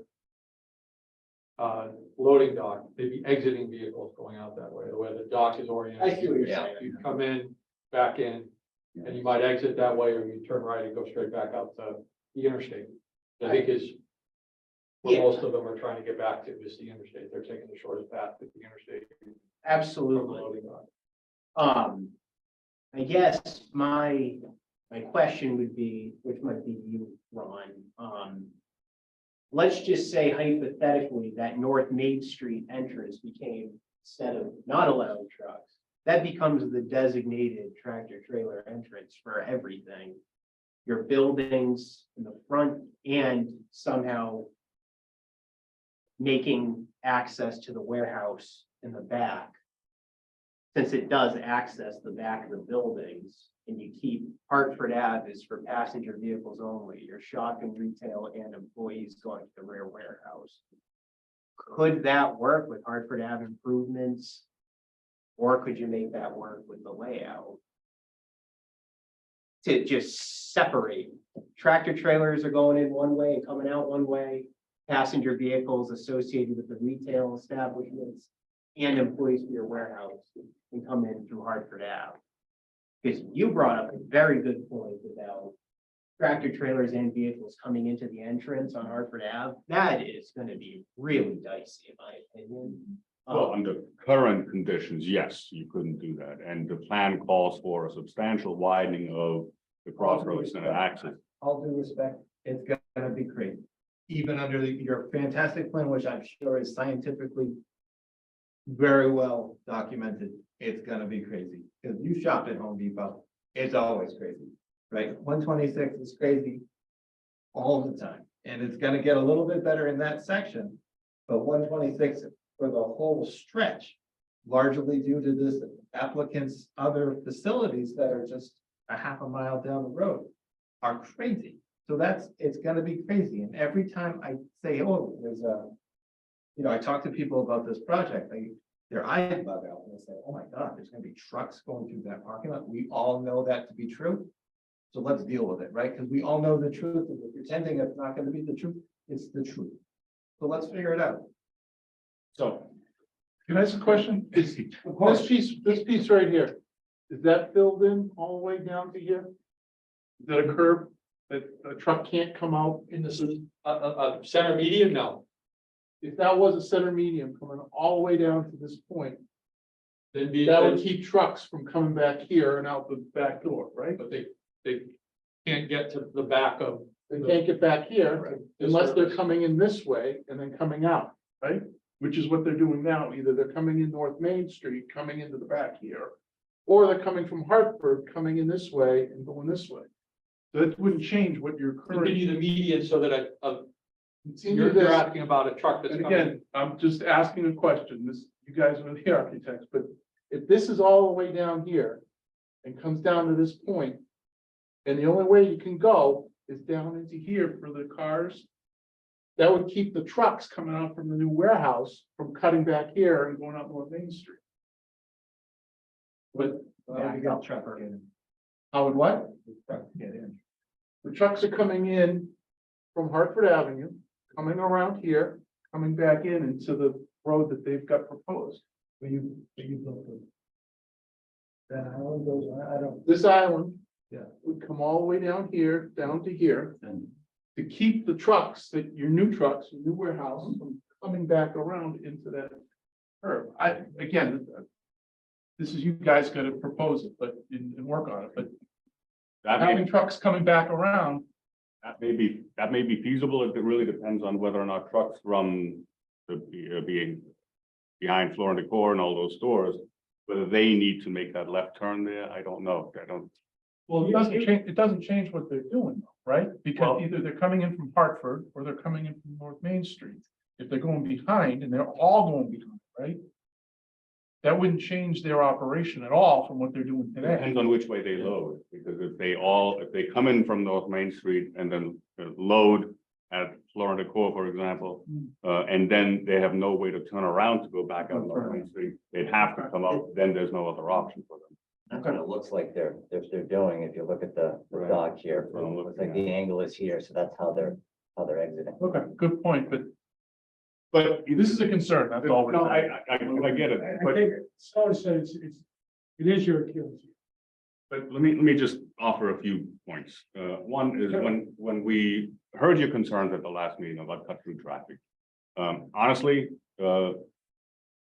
I took that as a concern about passenger cars, employees to the warehouse, cutting through the parking lot, being in conflict with the. Correct. Yes. And not trucks, because quite honestly, one, the majority of the trucks are coming from 195, so they wouldn't even entertain the idea of using the North Main Street driveway. But two, even if a truck does come up from the south, with the proposed improvements that we're making, it will be a lot quicker for them to stay on North Main, make the right onto Hartford Ave, and then make the right into Crossroads. It's not going to be quick for them to make all those turns behind Floor and Decor and around to come through that. It's just not. I go back to my Walgreens example. I do it all the time. If I'm running But- late. to a But meeting, you're not in a truck. I don't know how long that light's gonna But be. you're I not don't in a know. tractor trailer truck. I don't know how long that light's gonna be. I haven't done a traffic study, oh, this is 1.5 minutes quicker if I go this. They're gonna say, that's a red light, I'm late, I'm gonna go. They may learn, but there's millions of trucks that will deliver. Go help the agency to leave Wall Street. So. But we're talking about tractor trailer trucks. And a tractor trailer truck not gonna cut in front of Let Walgreens. me ask you a question. We have traffic at the new Hartford Avenue. It's congested. We get a guy saying, you know, I'm not gonna wait there. I'm gonna go further down, Hartford Ave. I'm gonna bang a left on North Main Street and go in that way. Walk me through that process. You mean a truck? Correct. Why would a truck go out of their way? Because he's in a rush. But it would be a lot quicker. Let's say traffic is tied up. But you can get to North Main Street, you just can't get in the entrance to the shopping center. Correct. And he's going to the distribution center? Yes. It's gonna happen. I understand, but that You scenario. can say it's gonna happen as many times as you want to say it's gonna happen. I think that It's gonna happen. Everything, We need to see a plan that accommodates. they're gonna come in North Main Street, they're gonna go up behind Floor and Decor, they're gonna come right across this and wind up in the exact same place they would have had they taken the left at Hartford Avenue. someone will do that. And they're gonna get to the same place and enter the facility from that direction. They're coming behind the existing retail where other vehicles are loading and accessing the store. One in however many, Yeah, yeah, I'm just, it's gonna in happen. the situation where they can't make the left turn into the shopping center. But can continue to the red light at North Main Street and make the left onto North Main Street. That's it. They would come in and go do all of that. So when we see people turning through Dunkin' Donuts on Hartford Avenue, beat the light all day long. We're trying to repair that situation. Okay. This project is part of the economic development. That's the engine. Okay. We need to see something different. I think like the bottom line. Don't get hung up on that one thing, but be prepared. It is gonna happen. They have, like, the problem. They were selling we had with, Amazon was, it wasn't their people, it's the out of town truckers. That don't follow in. Coming from wherever they come from in the country to ship some product out of there, they don't care about Amazon's maps or directions they give the drivers or nothing. They throw that thing out the window. But they're coming from 495. They still come from anywhere they can. They'll come up Yes, this little they high are. street and get stuck at the bridge and back all the way back down. They do not care. I see it all day. But their employees don't. But the out of town gypsy truck drivers, they. We heard a lot. I'm, if I can. Certainly. To understand, there's a concern about trucks leaving and going down behind Floor and Decor out North Main Street to go south. I think that's the nature of. Correct. The truck's coming That's around, the question. the new warehouse coming around all the way To forward. go south on North Main Street, a truck that wants to go through Bellingham Center for some reason. Instead of back on the Interstate 495. That's one That's concern. one concern, yes. The merging. The crossing that's coming in off a new and improved Crossroads driveway and a widened Hartford Avenue. They won't care. They're not They're gonna know honest to what God. lane. They're not gonna know. Okay, we can talk about lane markings or. I do everything. So if they're gonna ignore signs and pavement markings and what other tools do I have in my So that's what we're toolbox? asking. Yeah. It's design wise, is there anything we can do? This is your challenge. I'm telling you, this is your Achilles heel. This is something that we talked about right out of the gate. If you put an All island due up. respect, out of the gate was the concern was about employees cutting across at Home Depot. I don't, And additional traffic. I hear you. I hear you. I don't know, if you've been here. Wait a second. I've been here plenty of times. I just had a quick question. Are there? I don't know if we can scroll up. Down, I mean. Yeah. Right now, there are no tractor trailers that come down, correct? What building is that? So this is the bottom of more decor to Home Depot. There are no tractor trailers. Box trucks only, I think. Just box trucks. Yep, I believe, true. If a tractor trailer did squeeze in over here, attempting to get over there, they absolutely would have to be directed behind Floor and Decor. Because we absolutely do not want tractor trailers coming across Home Depot. We can talk about signage at that. We Can talked you- about a couple of signs. Does it exist? You go into a parking garage, there's a bar, minimum clearance thing, if you put something right here. Where tractor trailer cannot go underneath it, or anything like that. That's, right now, you could see that seasonal area. Yep. Here. You get tractor trailers coming through here though, too, Yes. right? And I believe, I On know, the back, I right? know Home Depot trucks use both entrances They on do. Hartford Ave and on North Main Street. And I believe they come in from Hartford Ave, travel around Home Depot, go to back into the loading dock, and then they come out on North Main Street. So, And people have also talked about seasonal traffic with regards to Home Depot. In regards to fall and spring. We also have seasonal traffic beginning in October, November for shoppers. I mean, we have details on Hartford Avenue. Beginning when, November? That's right. We paid for them. I mean, we certainly appreciate that. But yeah, that's the complexity of what we're trying to deal with. I know a lot of it's to, try to, be addressed by, Roadway improvement. the road improvement. But we're just trying to, try to solve as many problems ahead of time as we can.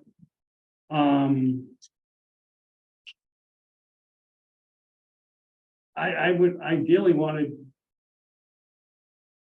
keep as much truck traffic and passenger traffic separate as we can. so one of the things that isn't shown on the plan, but we're talking about signage, and signage. Yes, I grant you that not many people, some people may not abide by them, but John, if you can zoom into the four-way intersection up top. That one.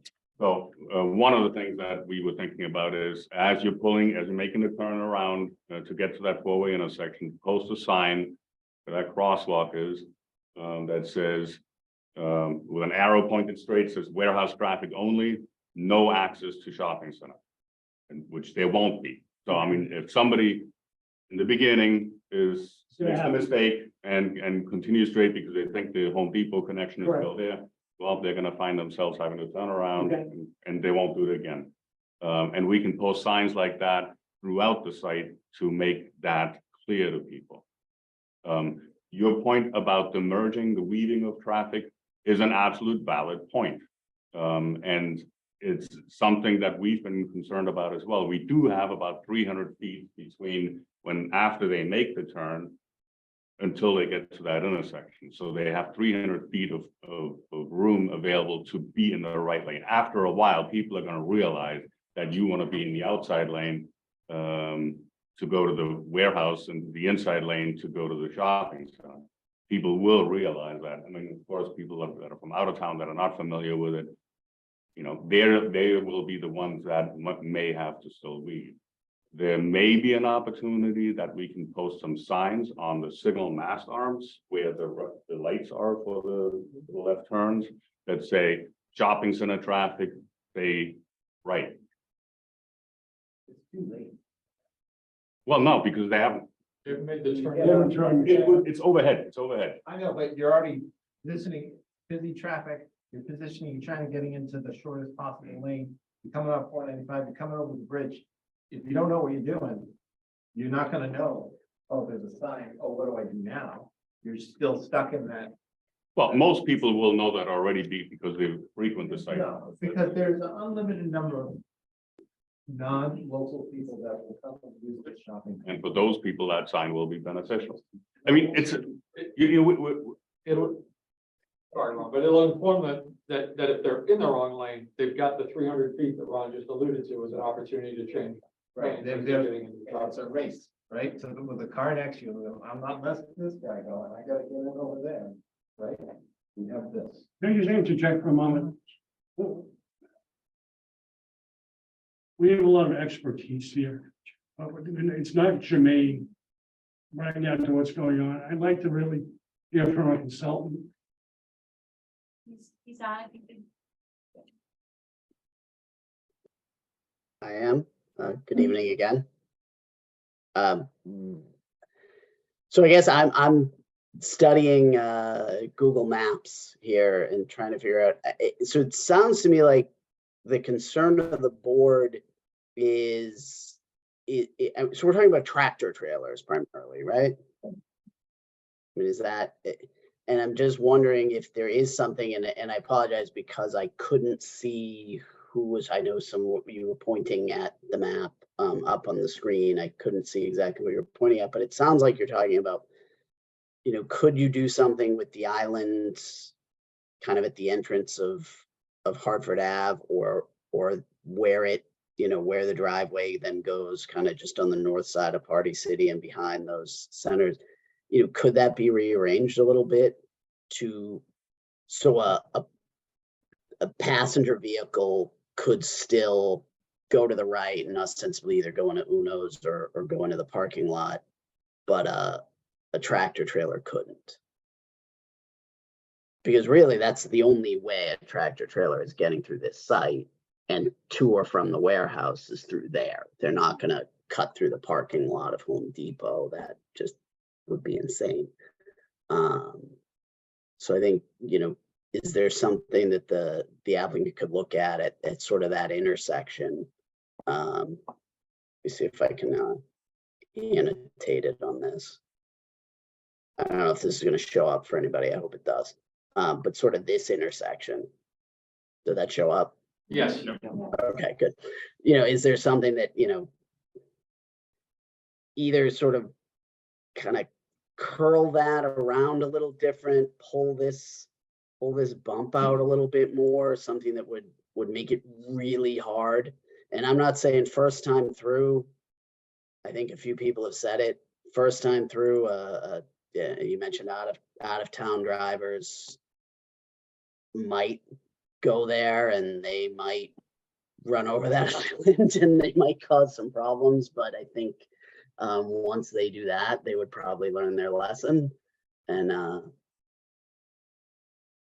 you know, that would kind of eliminate it from our standpoint. We had really looked at it as they were talking about from an employee standpoint, coming in off of North Main Street, zipping across the front of Home Depot, and using one of those curb brakes to get back to the warehouse. And then the other aspect of it was really to just keep the tractor trailer traffic from the warehouse and the passenger vehicle traffic to the shopping center separate, which I think this plan does both of those. But if the board is concerned about a tractor trailer trying to either come in off of North Main Street or go out off of North Main Street, I think your best bet is to look at that intersection in some way. And whether it's a little bump out or a little, you know, doing something with the island, or creating a second island with a gap in it that a car can maneuver through, but a tractor trailer really can't, is maybe your best bet. Can I just interject for a moment? Yeah. I want to compliment your traffic engineer, and she came in this evening. I thought at one point, when we come in off of Hartford Avenue and go in front of Beach or Uno, that we're gonna have a person initially will get stuck in there. And I thought down by where, in front of Home Depot, we have the area for the builders to come in, you cross that off. Correct. Initially, I thought, in my mind, that, you know, that'd be like a suicide lane for someone who's gotten in there, gone too far, and can get out. It's that happens so infrequently. I'm sorry. I'd rather have that closed off. Let them deal with making a mistake and getting stuck in traffic going down to the courthouse. It's happened so infrequently after a while, that I think that's a good idea. Let them deal with it and figure out they made a wrong turn. Yes, So to I Ron's want point, that. they'll do it once, get down to the distribution, turn around and come back out. to the truck. Yep. Yeah, and I think as part of that, they mentioned doing some wayfinding signage, which will help with that. I mean, obviously, not everybody pays attention to signs, but you know, yeah, I think signage that very clearly says that direction is for the warehouse and everybody else should go the other way will help. As you said, somebody will miss that sign sometimes and they'll go down there. And it's not the end of the world if one car goes down. The worst case scenario is they drive all the way into the warehouse and they turn around. Yeah, so they, Right, it's, I wanted to prevent that, but no, that they make a mistake. I'd rather have that cut off at that end, which I thought would be, like pit road and get out that far. I think that's a good idea. I have a question. We talked about a lot about signage. Part of me thinks some people do pay attention to signage, some people don't. How do we deal with the state on signage? Is that a long process? Jim, can you chime in on that? So for, and good evening, guys. Sorry, I'm late. Yeah, signage on the lot wouldn't be necessary to review with the state. But signage on Hartford Avenue can certainly be part of that process. But it would be, you're right, it would be a little bit of a longer process. It would likely be part of the grand design of the widening of Hartford Avenue. But on the site there wouldn't be necessary to review with the state, if that's what your question is. It is. So I think we want to look at signage from two standpoints: on site and on Hartford Avenue, and maybe be prepared to address short-term, long-term. How are we going to address it on Hartford Avenue? Because I think you mentioned earlier, we can direct it hopefully before they get to the turnoff. I think, Jim, if I'm not mistaken, by the time you get to these signals are actually on the town portion of the right of way and not on subject to state jurisdiction. So I still think that the extent we're talking about overhead signs that would designate which turn lane you want to be in, certainly pavement markings once you enter the property would be ours to do and subject to planning board jurisdiction. But I think the lights themselves the signs associated with the lights themselves would be local jurisdiction, not state, if I'm not mistaken. That's correct. I mean, the state obviously will review the entire corridor improvement project and they may comment on the signs, but ultimately it's the town's decision whether or not to post signs on a town location. Okay.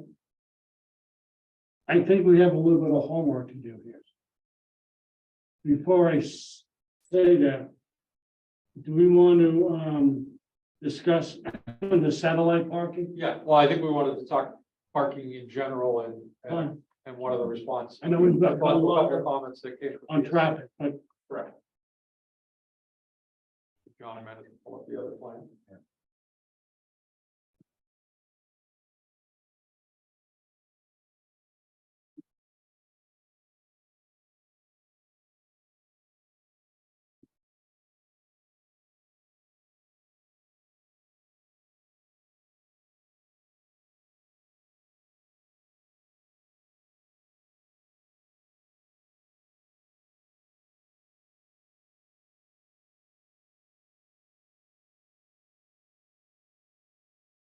Didn't they want to zoom and walk around here?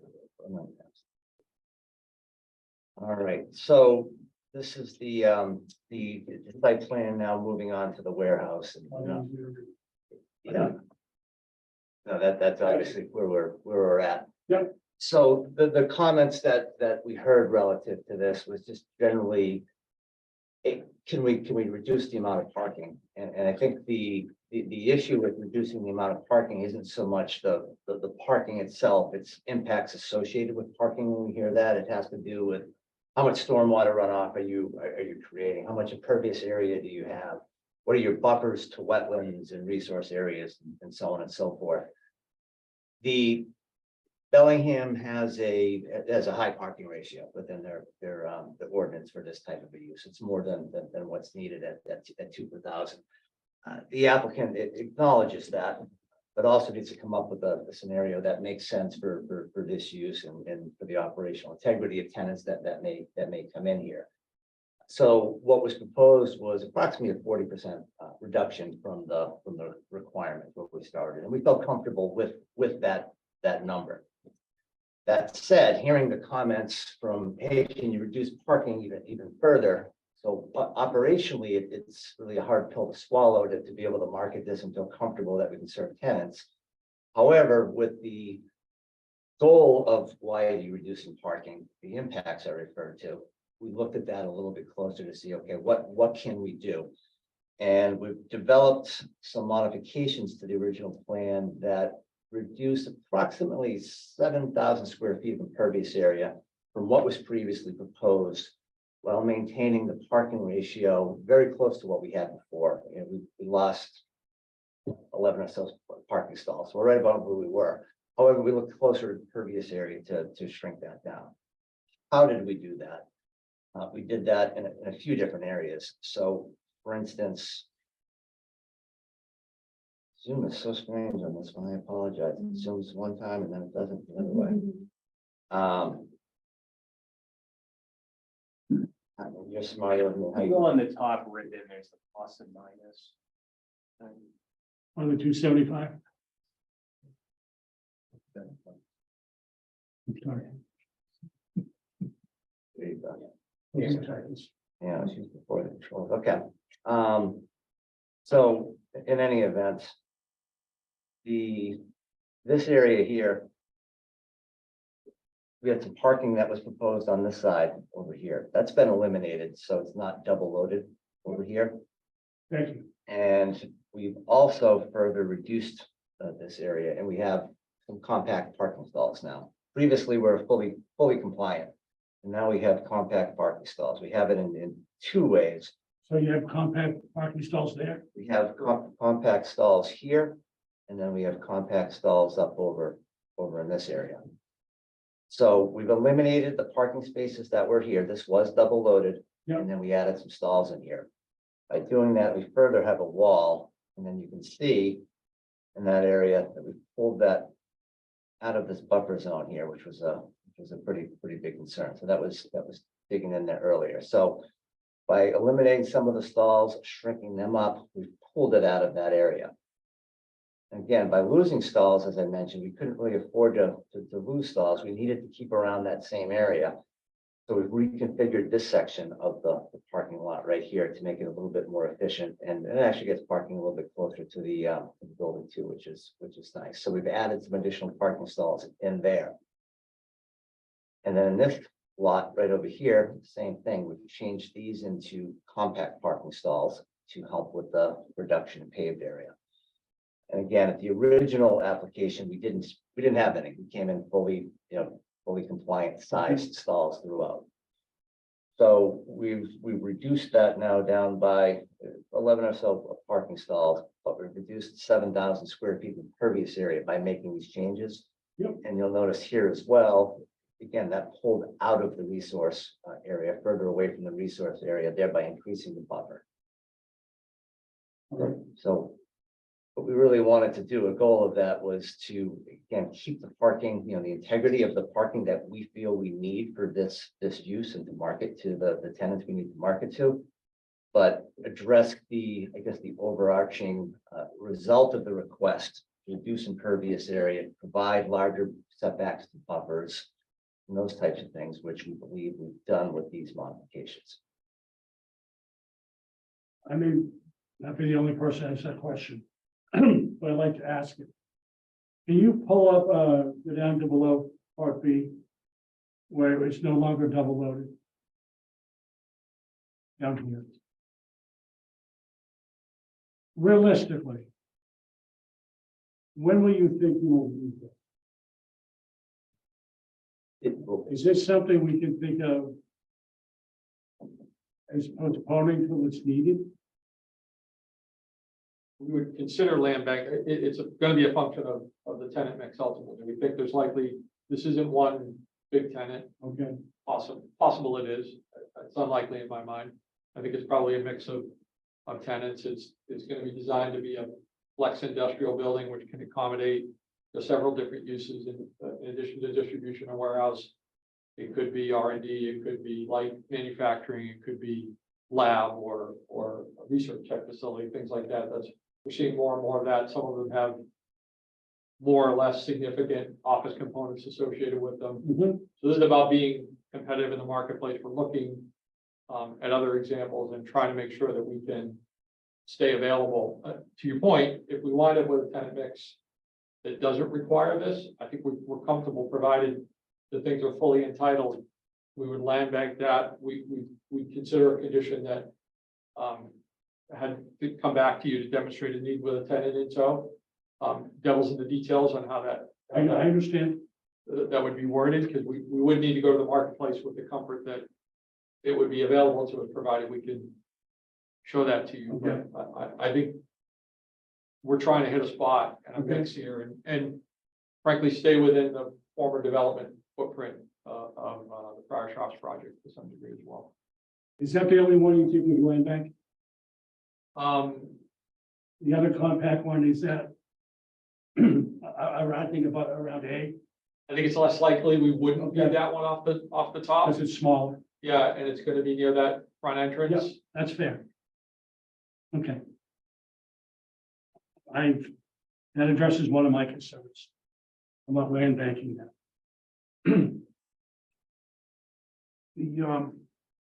All these parking lots. I can't see on the drawings, even with the glasses. How are employees gonna be walking to the building from these parking lots? I mean, they're not, is there sidewalks that I don't see, or? I mean, there's gotta be paths that they would follow, they wouldn't go on the street, right? That's correct. Yeah, so the lot. The drawing, I couldn't make that out of. Yeah, no, the 11 by 17. When you side blew it of the up. building's gonna be hard to see. Sure. But yes, there's walks proposed that could get to the main entrance. So this lot over here, for instance, you can come down and walk along and come in here. Got to walk all the way along the front side over in this area over here.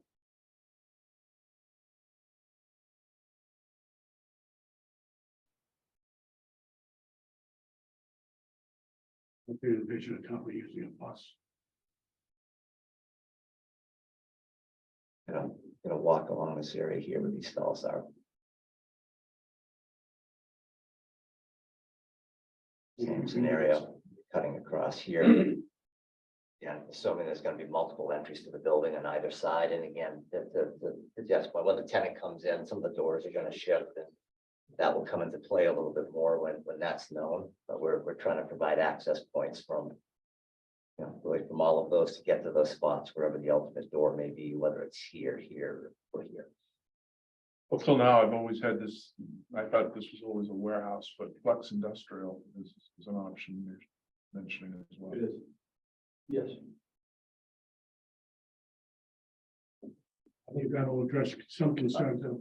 The reason you Yeah. recognize it as a warehouse is because we sort of backed into this through the transportation improvements door here.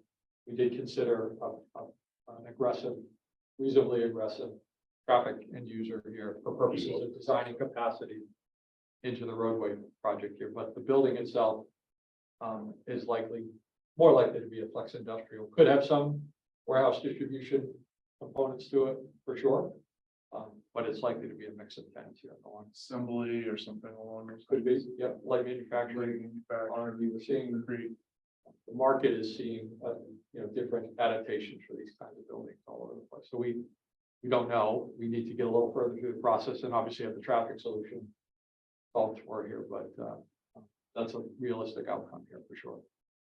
For the traffic, the warehouse option is probably the hardest on the That, traffic. that was by design. Highest volume and highest number of trucks. It was considered to, again, for the purposes of designing the roadway improvements to factor in sort of a worst case condition for. So you took advantage. Don't want to Well, we- go up and up. We looked at, what would be the, again, not the worst case, but a reasonable worst case Yeah. contributor to traffic into the corridor to make sure that the corridor To him, could handle that with the improvement. with the improvements, exactly. And I appreciate that. The difference would be if it was light industrial or some sort of industrial, you'd be dealing with more cars as a Yes, percentage. presumably more employees and fewer trucks, yes. More cars as a percentage, but not more cars overall than what we've assumed. It wouldn't change any of the math at all behind it. It would work a lot better. Case. Would work better. It would work a lot Yes, better. it would. Sorry? It would work better, it would work. Yeah, because in light industrial use is a far lower traffic generator than what we've assumed. As an example, what we've assumed is about 740 trips during the peak hours. For this development, light industrial, you're at about 110. And the parking is the parking maximum for the light industrial, is that maximum here, or is that if you're gonna need more parking because than what's shown here if it is industrial? I think it depends on who the light industrial user is or light manufacturing user is and employee count and head count and what it is they're manufacturing. It's not as. I know, yeah. It's not as consistent. Going from warehouse Yeah. to what Yeah. you just said, and that's the first time. I'm I've only heard concerned about industrial, which I'm distribution and, working in an industrial situation, so I'm okay with that. but it could be a warehouse. It could be a warehouse. 600,000 square feet. So the concerns about traffic circulation and making sure that everybody's comfortable with that. We'll look at that and come back with some solutions for that. But I think to speak to the parking and the need for the parking and the idea of land banking some. If we do wind up with more of a flex industrial and a mix of uses back there, you'll see more, the more users, I think, likely the more parking demand you'll see. With industrial usage, and again, this is the first time I'm putting those two together. Would you be putting tanks of gases outside the building? Large We would have tanks to of gas? comply with laws, local bylaws, the property sits within, wellhead protection area, so not all of that stuff would have to comply with different regulatory requirements. So the answer to your question is likely no. The end user would not be able to do those kinds of things because they would have to comply with other aspects of the bylaw and state law. I think in all the warehouses we've looked at, we do not allow fuel in that site. Fueling on site, I'm thinking like an industrial situation where you've got a big tank of oxygen, acetylene, and some other chemical helium mixed outside the building type of thing. It's industrial. Be like NFPA type Yeah. things that. Yeah. You're gonna have to abide by, so. And those are pretty strict restrictions. Oh, yeah, no, they're pretty strict. And there's no wiggle room there. Usually gets meshed out in my experience with like building. So Fire. yeah, and fire too. Fire department would be certain. Yeah, but usually, building. Fire chief wants more equipment. Dominic, do you have anything you want to add? I mean, not really. So, I mean, overall, I think that, you know, we kind of like these changes. It definitely, pulls particularly those two, kind of call them satellite lots, for lack of a better term, away from the wetlands. It brings more parking actually closer to the building because, yeah, there are walkways, but those lots are pretty far away. You know, we had mentioned early on, I like the concept of reserving some of this parking, but doing it in a way that if they need it, they don't necessarily have to come back to the board to get approval. It's more of a notification process. But I think this is definitely an improvement. And then, I mean, one last thing, you know, obviously this changes the stormwater management design a little bit. So I don't think it's gonna be a minor change. The numbers are gonna change, but obviously we'll need to see that to just make sure that still all works out. I think we have some homework to do. I initially was thinking, perhaps June 8th, when we're getting stormwater and get another, plan. Can you have everything ready? What do we have right now? The 22nd? I know. If I may, the homework is specific to the circulation with it. The circulation. Nothing back, Sorry? nothing about the parking plan other than to. No, I think the land banking is fine. Okay. We can work on that Water. as we go along, unless someone disagrees. I think less impervious surface, the better. And land banking, I think, is a great option. And again, tonight,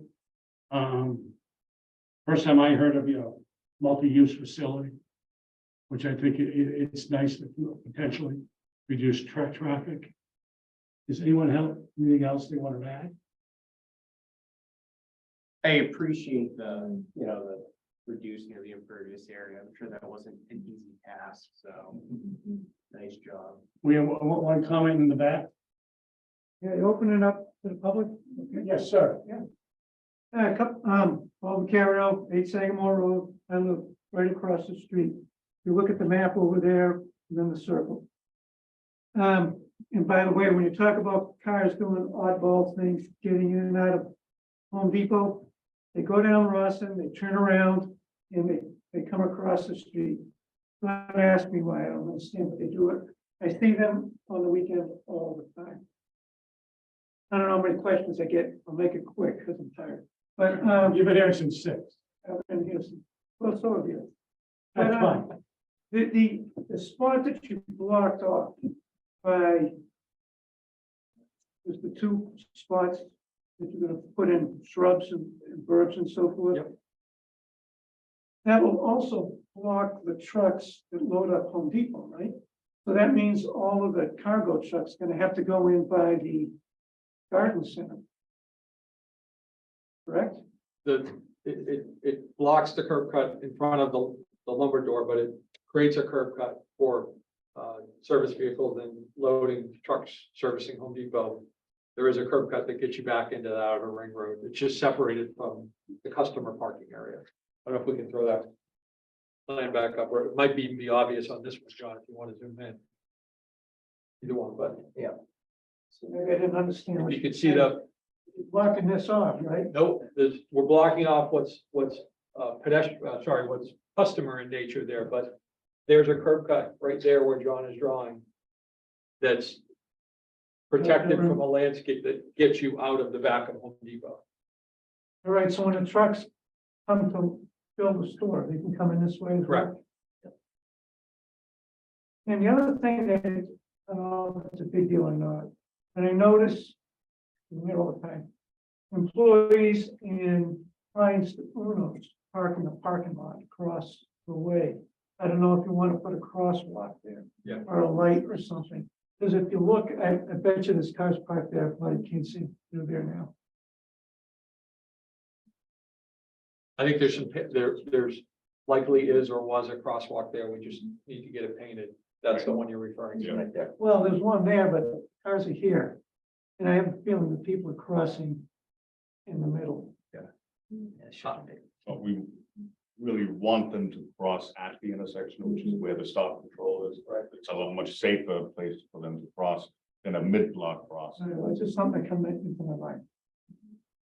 And how many cars, you said it at the last meeting, was that you were anticipating for traffic? An additional 1,000? Or is it 700? 730 to 740 vehicles peak Per hour. Peak hour. That's total in and out.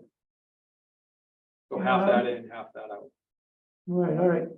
And I'm with the rest of them. Warehouse is different than what you're talking. And the other question I have is, I guess, more for you folks. Is there a certain business that you allow? versus not allowed.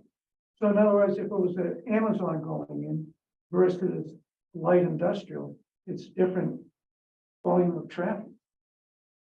Correct. And who gets to decide what goes in and what goes out? That's, So. Zoning bylaw. There's a list of uses allowed in the zoning district. And what we've done with this application is to analyze from a traffic perspective, the most intensive traffic generator.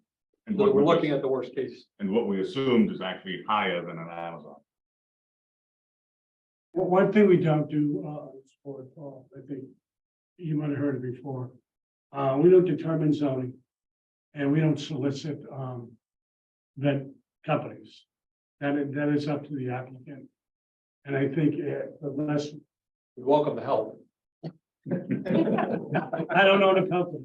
Well, but the point being is. Just throwing it out there. It change the zoning, but, the volume of the company that goes in make a difference. Like, Right, with the problem, I'm happy. We'll take that in Can't consideration. put a Wendy's on my side of the street.